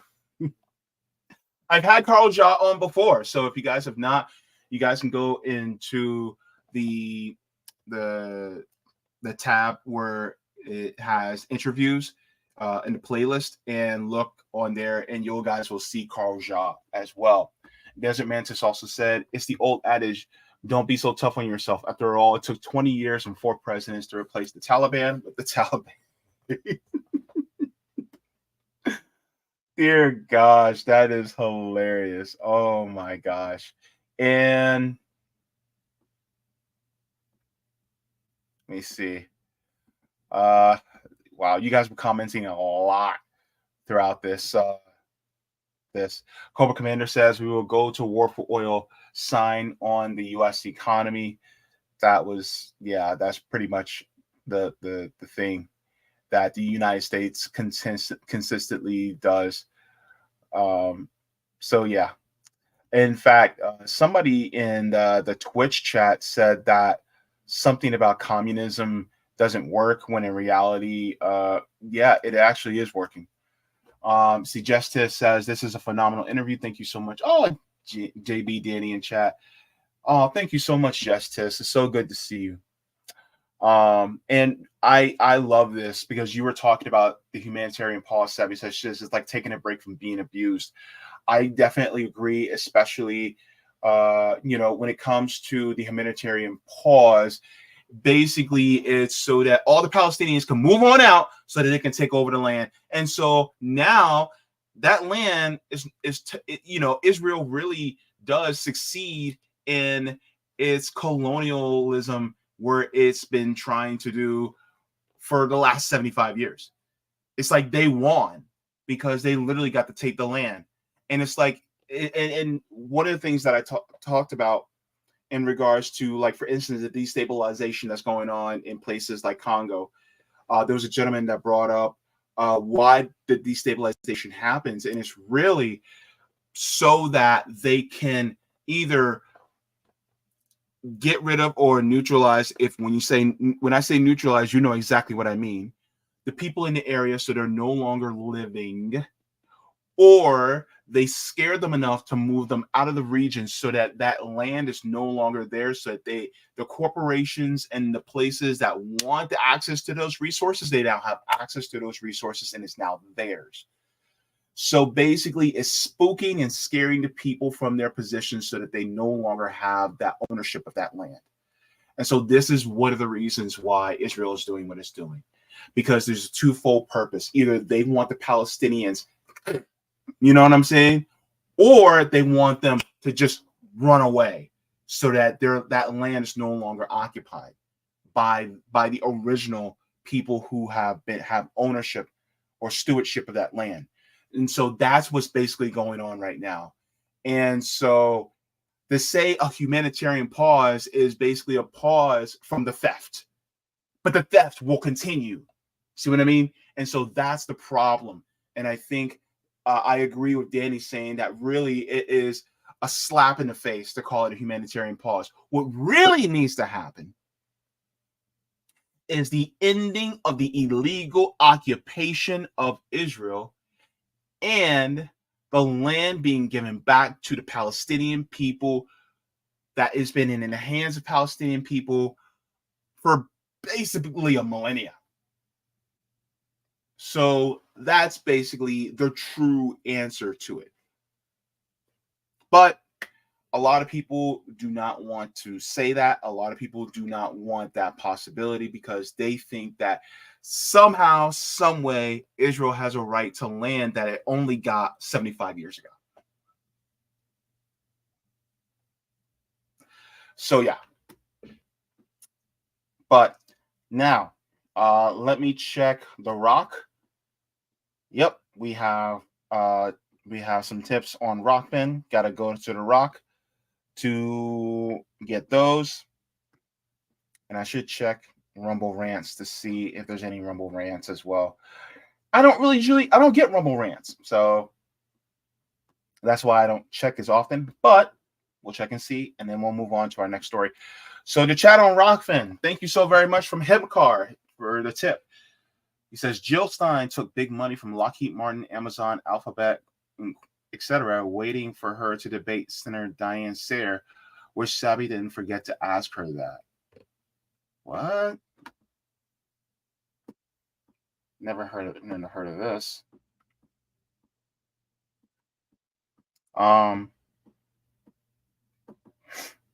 This is from the 2016 cycle.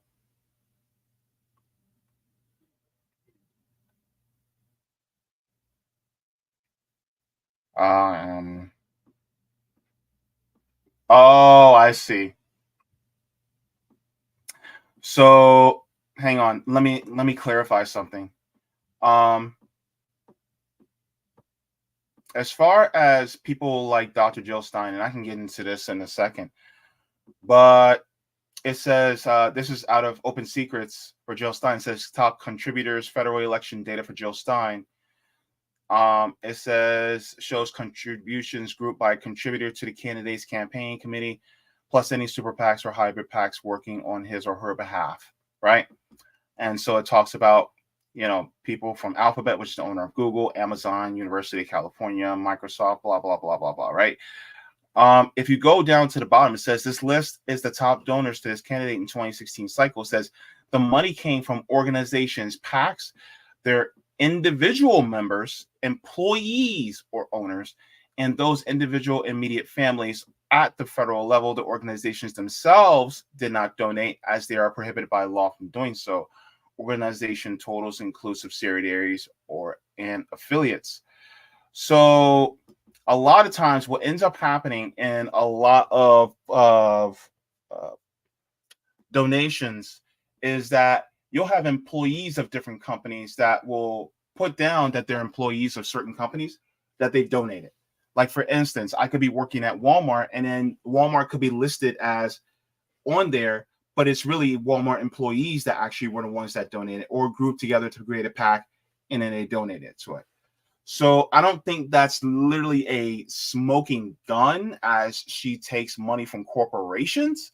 I think it's more of just workers coming together under these corporations and then donating to people like Jill Stein. You know what I mean? So, just as an aside to Hemp Car. But thank you very much for the tip on Rockfin. Laura Bezos, thank you so much for the tip. Thank you very much for that on Rockfin as well. And I'll check. The chat. Looks like I just have people watching, but no comments. All right. I checked. All right. So what are we talking about next? Yes, this is going to be a long one. But the next segment is actually going to be kind of short. I'm going to shorten it as much as possible so that we can get going. But she's back. Oh my goodness. Did you guys take the poll? Make sure to take the poll. We got some things to talk about because she's back. 2024 is going to be interesting. Interesting. So if you guys have not heard already, Dr. Jill Stein is running again in 2024. So let's take a look at her campaign video because I think that's going to be important to see what she says. Now, if you guys have already seen it, then good. You guys get to see it again with me. I have my thoughts. So we'll take a look. Let me see.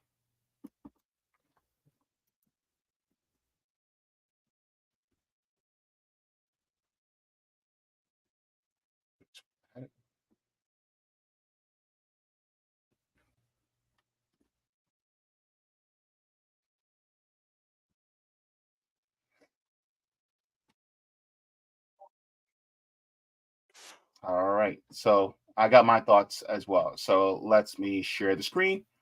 Ba-da-ba-ba-ba. Free Palestine. All right. People are tired of being thrown under the bus by wealthy elites and their bought politicians. Tired of living paycheck to paycheck, struggling to pay the rent, locked in student debt and medical debt, child poverty doubling, rising diseases of despair, growing hopelessness. The political system is broken. The two Wall Street parties are bought and paid for. Over 60% of us now say the bipartisan establishment's failed us, and we need a party that serves the people. I'm Jill Stein, and I'm running for president to offer that choice for the people outside of the failed two-party system. We'll put solutions to the crises we face, crushing inequality, endless war, and climate collapse. And we'll put these front and center in this election and on the ballot across the country. The ruling parties that got us into this mess aren't getting us out. Both parties are squandering trillions on the endless war machine, fueling conflict around the world, while tens of millions here at home lack food, housing, healthcare. Democrats have betrayed their promises for working people, youth, and the climate again. Now, just as an aside to many people who may not know, the United States literally gives over $3 billion a year to Israel. Yet, we still do not have universal health care in this country. So while we're funding these wars, while we're giving a blank check essentially to a lot of these foreign conflicts and wars, where's the blank check for us?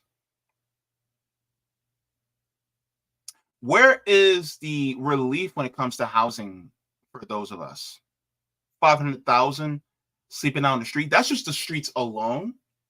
We're not talking about the homeless people that may be sleeping on the couches, like your couch and my couch.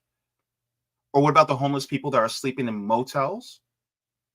Or what about the homeless people that can't afford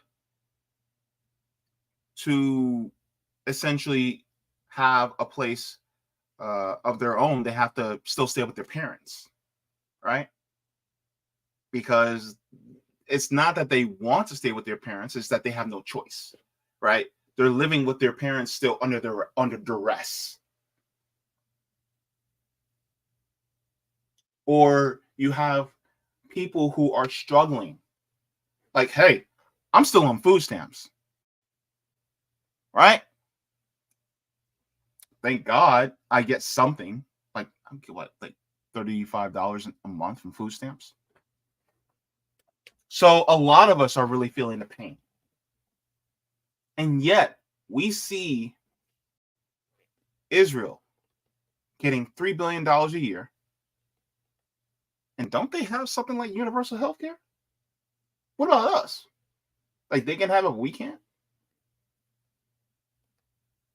And then how many dollars, how many of our federal dollars have Ukraine got over the last 18 months? They've gotten billions after billions after billions after billions, just so that the United States can eventually do a regime change in Russia. Let's be real with it. All right. Let's not dispense with the whole, oh, well, whatever they could be doing there. They could be, helping the Ukrainians with combat against Russian invasion, blah, blah, blah. It's like, no. What does the United States really want to do? Let's put that all on the table right now. The United States really wants to get at Russia just so that they can take out Vladimir Putin and then put in their own version of a puppet dictator that they would like. They're doing the exact same thing that they did with Boris Yeltsin back in 94.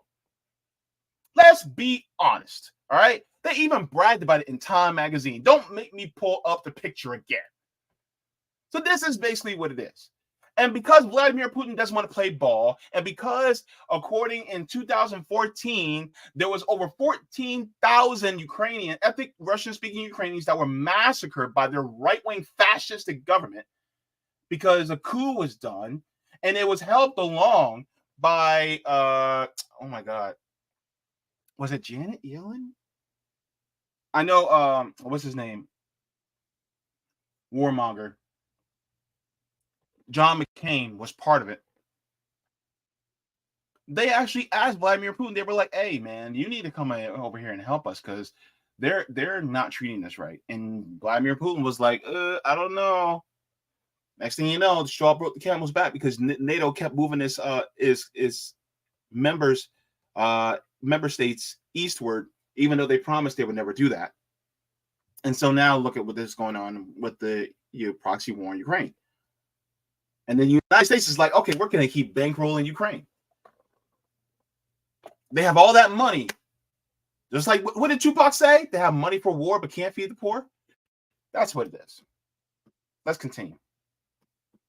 And then again, while Republicans don't even make such promises in the first place, and both parties are a danger to our democracy, expanding censorship, criminalizing protest, throwing competitors off the ballot, suppressing debates, American people who've been systematically locked out of these debates, rigging their primaries. So forget the pundits and the... Yes, and by the way, I had Matthew Ho on, who he was running for senator. He was a Green Party member running for senator in North Carolina, and he was talking about all the issues that were happening, how the Democratic Party was trying to get the Green Party off the ballot in North Carolina.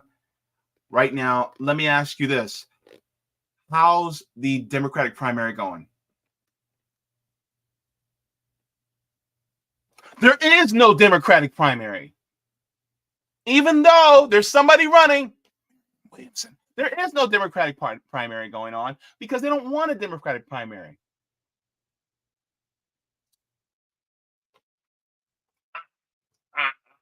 I guess screw democracy, I guess. The Democratic Party is no more democratic than the Federal Express is part of the federal government. It's just name bullshit. It's like thinking Burger King is the actual king of burgers. What the hell? The Democratic Party is not democratic, and Burger King is not the king of burgers, and Dairy Queen is not the queen of dairy. Jeez Louise. Anywho, yeah, democracy. What's that? The attack dogs who tell you to ignore your misery and just keep voting for those who caused it in the first place. Change won't come from the ruling elites. It comes from we, the people. And when we stand together, we can create living wage jobs for all Americans. We can guarantee an economic bill of rights with the right to a job, to healthcare, to housing, to food, education, and more. We can abolish student debt, medical debt.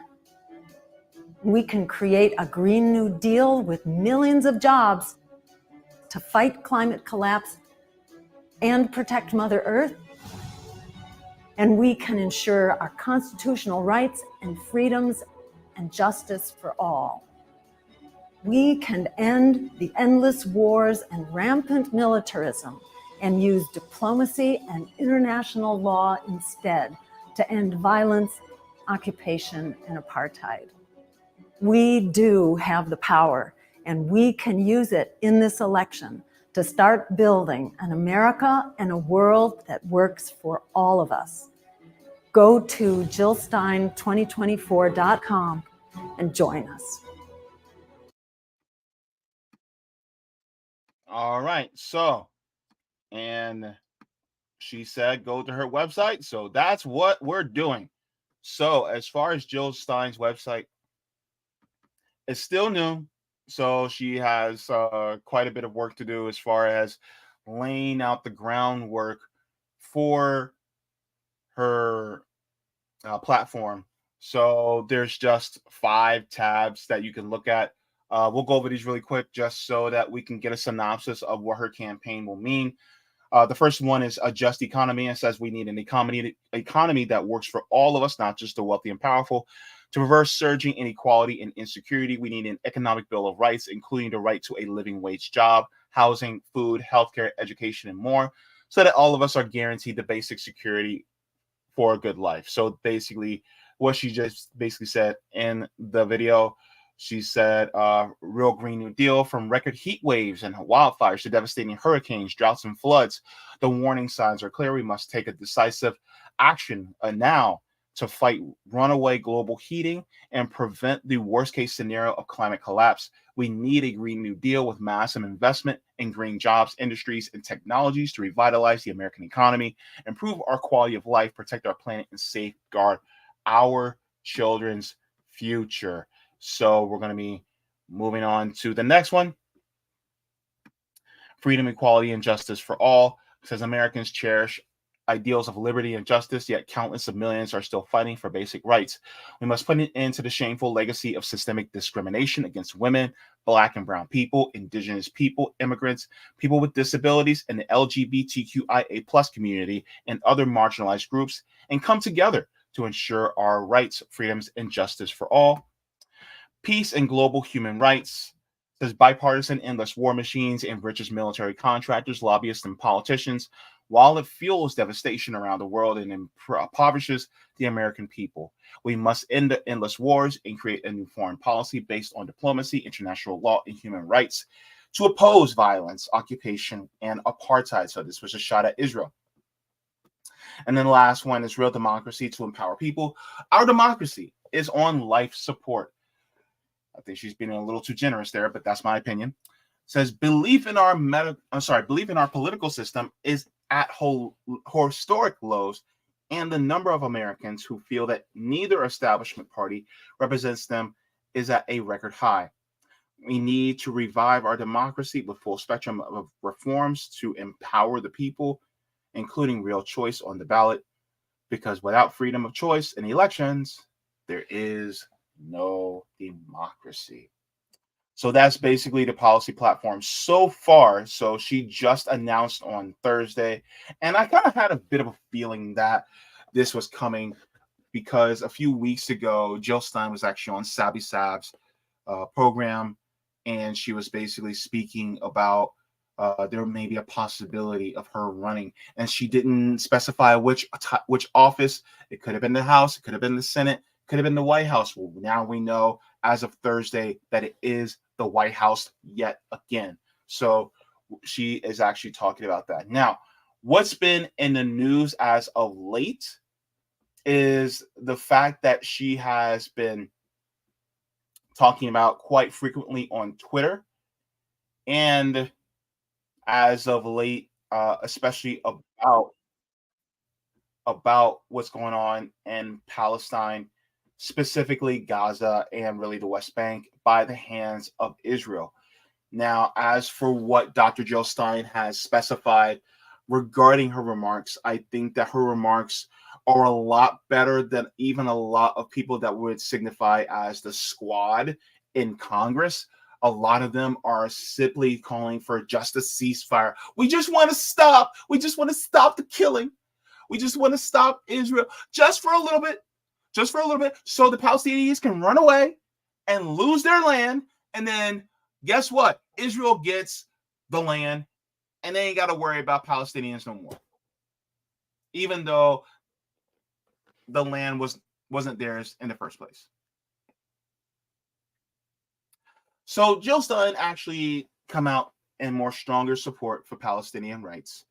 And let's go and take a look at this, because I honestly think that this really should be the least of what anyone should be saying as far as the issue regarding Israel and Palestine. I think this is the floor. It should be the floor, even though it is not for a lot of politicians. So kudos to Dr. Jill Stein on this one.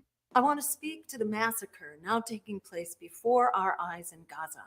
I speak as someone who deplores violence in all its forms and condemns violence against civilians of any nation. The war crimes being perpetrated by Netanyahu against Palestinians, however, are in a league of their own and have reached genocidal proportions, with Palestinians denied food, water, medicine, and electricity, while being relentlessly bombed as they're forced to flee their homes, running for their lives. President Biden and bipartisan leaders are not only complicit, they are full partners in Netanyahu's war crimes. I want you guys to take a notice of something when she said bipartisan leaders. See, here's the thing. I want people to recognize when they say something's bipartisan, that's Washington speak for both parties are willing to screw you over. That's what bipartisan means in Washington speak. They'll say, oh my God, this is a bipartisan bill. Yeah, to screw you. 9 times out of 10, that's what it is. And ultimately, everything really that they do is bipartisan. They just don't want you to know it. They don't want you to know that they're willing to screw you over in your bank accounts, that it's bipartisan. Because here's the thing that a lot of people don't realize that, well, a lot of people realize. It's just some people have divorced this fact from their minds. The Democratic and Republican Party work together in tandem to make sure that their bosses, their overlords at the top, get to keep themselves in power. Now, you all know that, right? But for some odd reason, some of you think one side is better than the other, when really it's a good cop, bad cop situation. You're in the interrogation room and the bad cop, he'll slam his hand on the table. He will treat you horribly, yell, scream, shout at you. Look, he'll put the light in your face, right? But then you get the other cop. They're calm, they're cool, they talk to you real nice. They offer you some food. They'll even speak sweet nothings into your ear in the form of a lie. See, look, all you got to do is just tell us what you need to tell us and you're free to go. That's all you got to do. Meanwhile, when they both leave that room, they're talking to each other about how they're going to screw that person in that interrogation room. Because ultimately, their goal is to get you. That's the goal. So when people go, oh my God, you're not going to vote for Joe Biden? Well, the Republicans going to win. So what? It's all the same. It's not any different. I've said this analogy before. I'll say it again. It is just like going into one of those restaurants where it is half Pizza Hut, half KFC. You want some pizza, but the people who are behind the counter are treating you like shit. So then you go to the other side of the counter and you get some KFC by the same people who are working behind the damn counter. The only difference is one has a different color uniform on. That's it. That's all. And so when they say, oh my God, if you vote for the Green Party, you're going to be voting for Trump. Like, look, all right, well, I'm not voting for Trump, so just pretend that's a vote for Biden. Because here's the thing. Voting for Trump is voting for Biden. Voting for Biden is voting for Trump. Because they work together, baby. It's always been that way. I just wanted to put that out there. Crimes, supplying the bombs raining down on Gaza, the airplanes dropping them, the aircraft carriers defending the Israeli military, $10 million a day to strengthen the IDF, and propaganda to run political interference. The U.S. role in blocking a UN ceasefire resolution is absolutely unforgivable. We call for an investigation of the Netanyahu regime's war crimes, as well as the role of Biden and US leaders in aiding and abetting them. And above all, these crimes must stop now.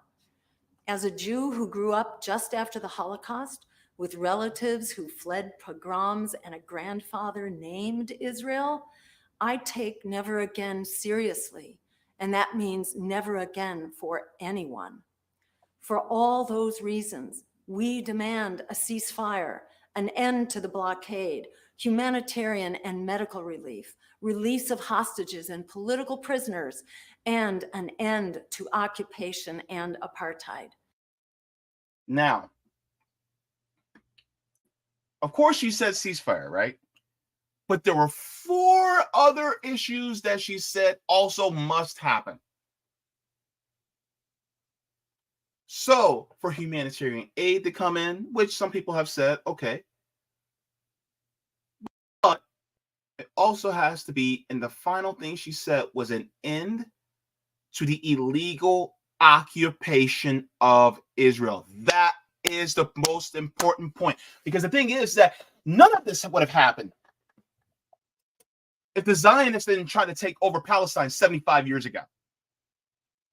And that's the point. That's the point that a lot of people don't talk about. Because everybody's like, oh my God, October 7th, 75 years ago, damn it.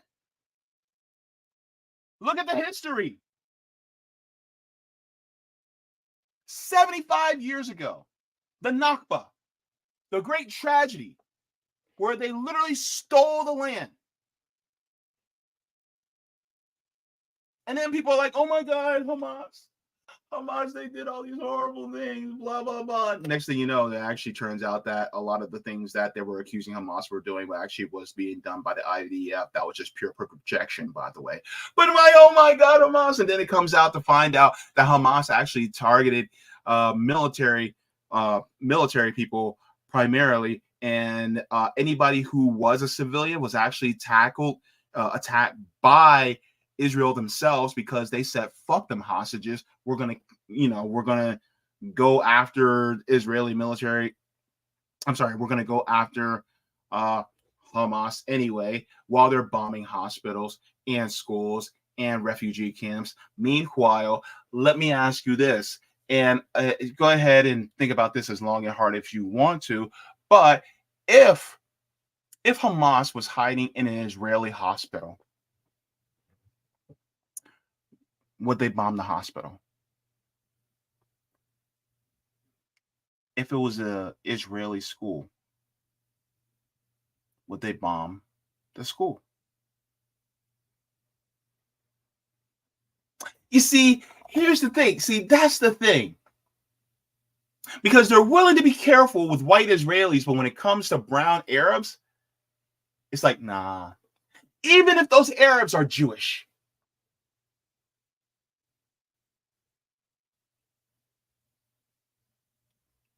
Zionism is also an extension of white supremacy. And a lot of people don't want to talk about that. Anybody hear from the Ethiopian Jews about how they're being discriminated against? Or how a lot of Ethiopian Jewish women were being sterilized in Israel? Oh, but they don't want to talk about that. They don't want to talk about that. And don't come at me with the, oh, but if you're LGBTQ, because number one, I'm gay. LGBTQ, they're free to celebrate, being gay in Israel. Number one, you can't get married. Gay marriage does not exist in Israel. Number two, hell, you can't even get married to somebody of a different religion if they're not Jewish. You literally have to leave Israel. They don't believe in interfaith marriages. So, yeah. So there has to be an end to the occupation and apartheid. This is the only path to peace and security for us all.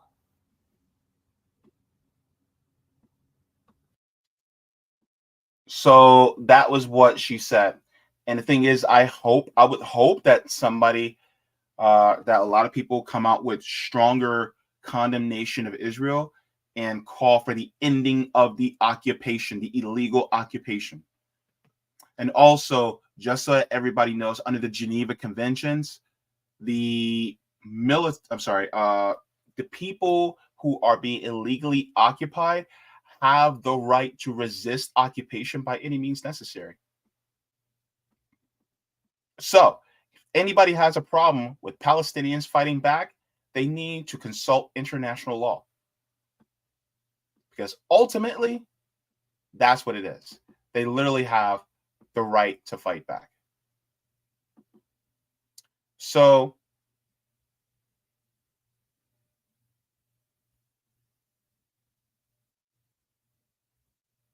that's what's going on right now as far as Dr. Jill Stein. She's running. And a lot of people have some issues, especially in regards to the whole Peter Dow situation, about how she recommended Peter Dow to Dr. Cornel West. Number one, people make mistakes. So if you have a problem with Peter Dow, then if you are, willing to see Dr. Jill Stein as somebody who's just as imperfect as the rest of us, you have that. Also, Dr. Jill Stein, as she is running, as far as the Peter Dow situation, here's the thing. That's campaign structure. That is just operations. What about the policies, right? Because the thing is, ultimately, it's going to be about the policies of a campaign rather than just the operations of a campaign. You see, for me, it's about policy, right? And on top of it all, regarding policy, how many people out there are going to be looking at a campaign and going, who's the campaign manager? What's the history of the campaign manager? How many people out there on the street are going to be caring about that? How many of you knew who Jeff Weaver was?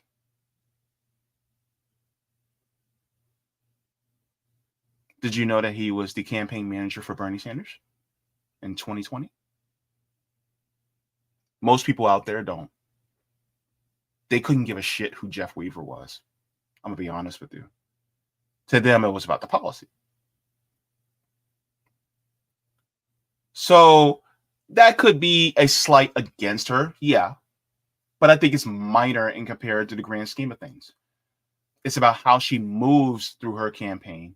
It's about how her campaign moves through the political process. It's about the policies that she's pushing for in regards to, or in contrast to the other campaigns that are also running. So, do I think it's good that she's running? I personally think it's a good thing, because the more people outside the duopoly, especially who their policies are also outside the duopoly, because let's be real, I think that RFK Jr. is just a Democrat with an I next to his name.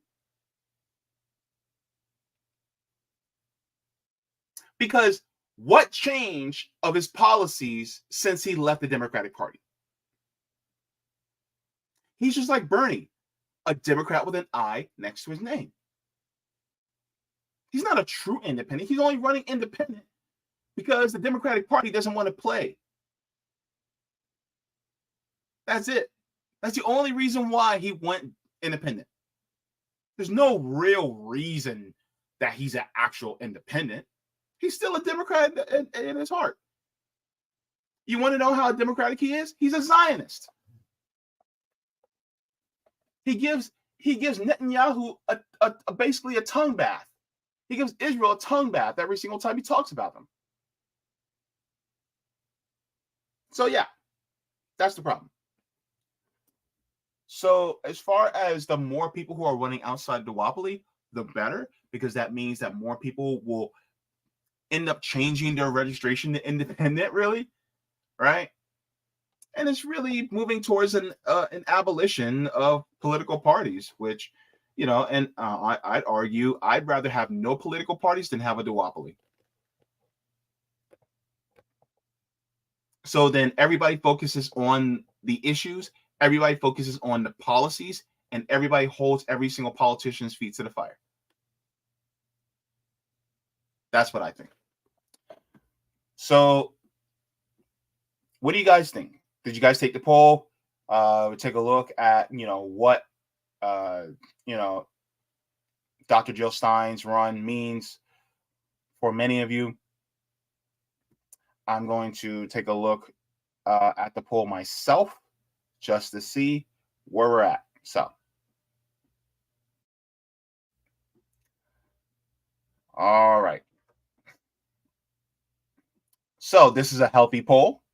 So let me enlarge this. All right. So let me share my screen really quick just to see what you guys think. And then I will go into and chat with you guys. So it says, what do you think about Dr. Jill Stein running in 2024? 53% said good.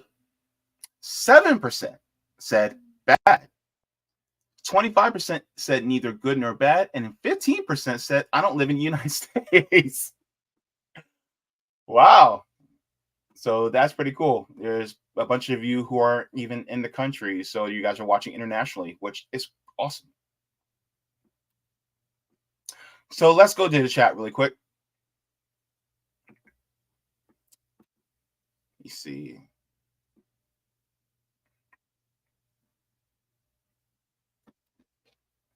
Rondo says, doesn't matter if it's partisan or bipartisan, we're still getting effed either way. Yeah.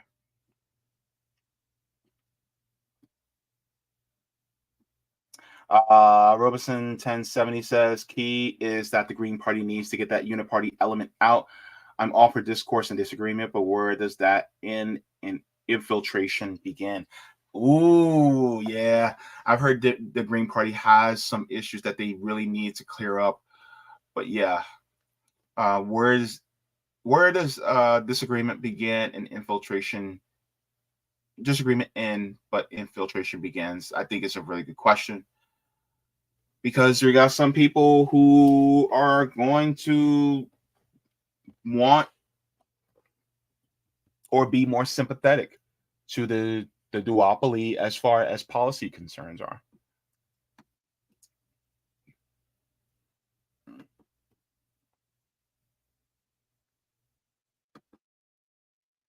Cobra Commander says, genius speech, really. I was going to say we reformed the phrase never again to stand in solidarity with Palestine. Yeah.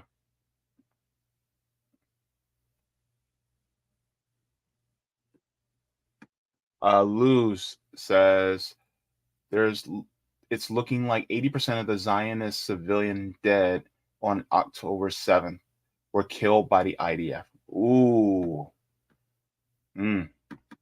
Interesting.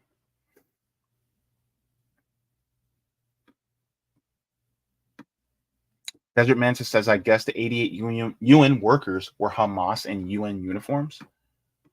Yeah, they also killed UN workers.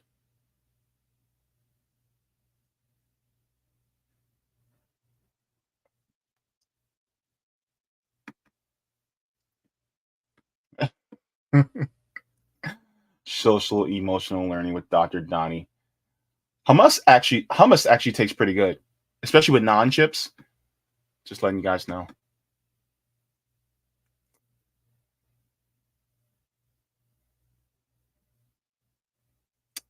Let me see.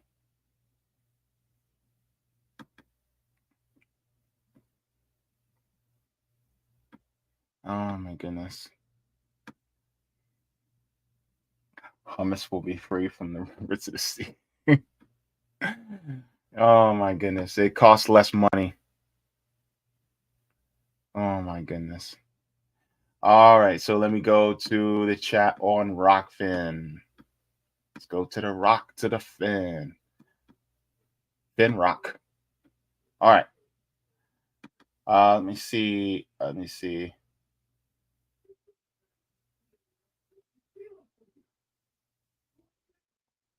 All right. So Hemkar, thank you so much for the tip. He says, if you have not met with the Israeli peace movement, you should, so that you can play a part in historic effort to establish a broad and deep peace between two Semitic peoples.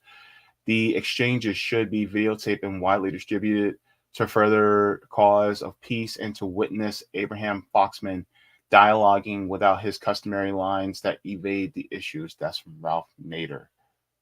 Interesting. Said Abby Martin said there were gay people in Ramallah. He gives another tip. Thank you so much. He says, we recommend that the Palestinians and Israeli talk about their suffering, fears, and despair in a public forum that all the world could hear. We could all listen without judging, without condemning, in order to understand the experience of both sides. This would prepare the ground of understanding for peace talks to occur.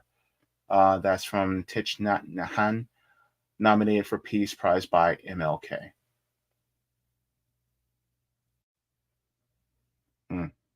Thank you so very much for that, Hemp Car. All right.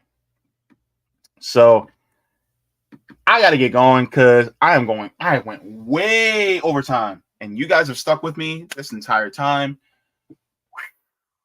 What a day. What a day. What a day.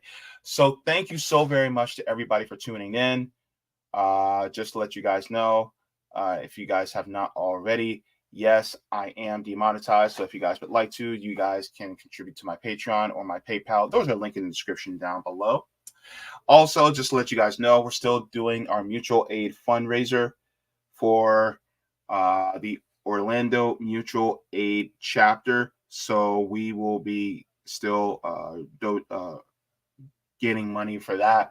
You guys can go to $Orlando RBN so that we can help our homeless neighbors with grocery gift cards, toiletries, and warm clothes. So thank you so very much for that. And just want to give a big thank you to Jesse for the $20. Thank you so very much for the $20 again, actually. So thank you so very much for your contribution. It means a lot, especially for the homeless people. One of the biggest things that they were asking for was food. And one way that we can actually get around from being arrested or fined for giving out food is to do the grocery gift card. So thank you so very much for your contribution as well. And I'm also going to shout you out on Twitter too. So thank you. Now, be sure to tune in on Tuesday when I do news stories again. Yesterday, was it yesterday? No. Thursday. I did chapter 5, part 1 of my reading of Laziness Does Not Exist by Dr. Devon Price. That was a beautiful beginning of the chapter where it actually talks about do not allow yourself to be consumed by all this tragedy over and over that's going on around the world to the point where it kind of stifles you or it stops you. Really, consume what you need, but then, take a break to recharge your emotional and mental batteries. So that's basically what I read from that chapter. So if you guys would like to, you guys can go ahead and see that. That's going to be in the playlist for Laziness Does Not Exist by Dr. Devon Price. I will be also getting into the reading of Assata Shakur's autobiography as well very soon, so you guys can read along and we can finish this book up as well. So thank you so very much. If you guys have not, you guys can also read my article, my recent article on Substack. That's there. Also, because there's a lot of people now starting to talk about what's going on in Congo as well as in Sudan.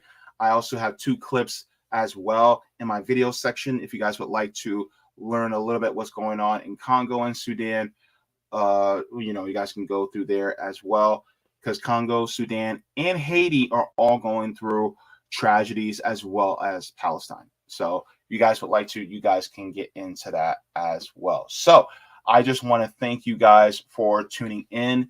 Thank you so much to Danny Haiphong for joining me finally. And I cannot wait to have him back on. And I will try to have him back on soon because the conversation was fire. So, like I always tell everybody, I love you all. You guys have yourself a beautiful evening, Saturday evening, going into Sunday. Look, water your plants, water yourselves, leave the world better than you found it. And just express solidarity with anybody that's oppressed around the world. And if you want to know who's oppressed, follow the money. And then you can see who's the oppressor versus the person who is the oppressed. Because that's the point. Follow the money. And you'll know who's who.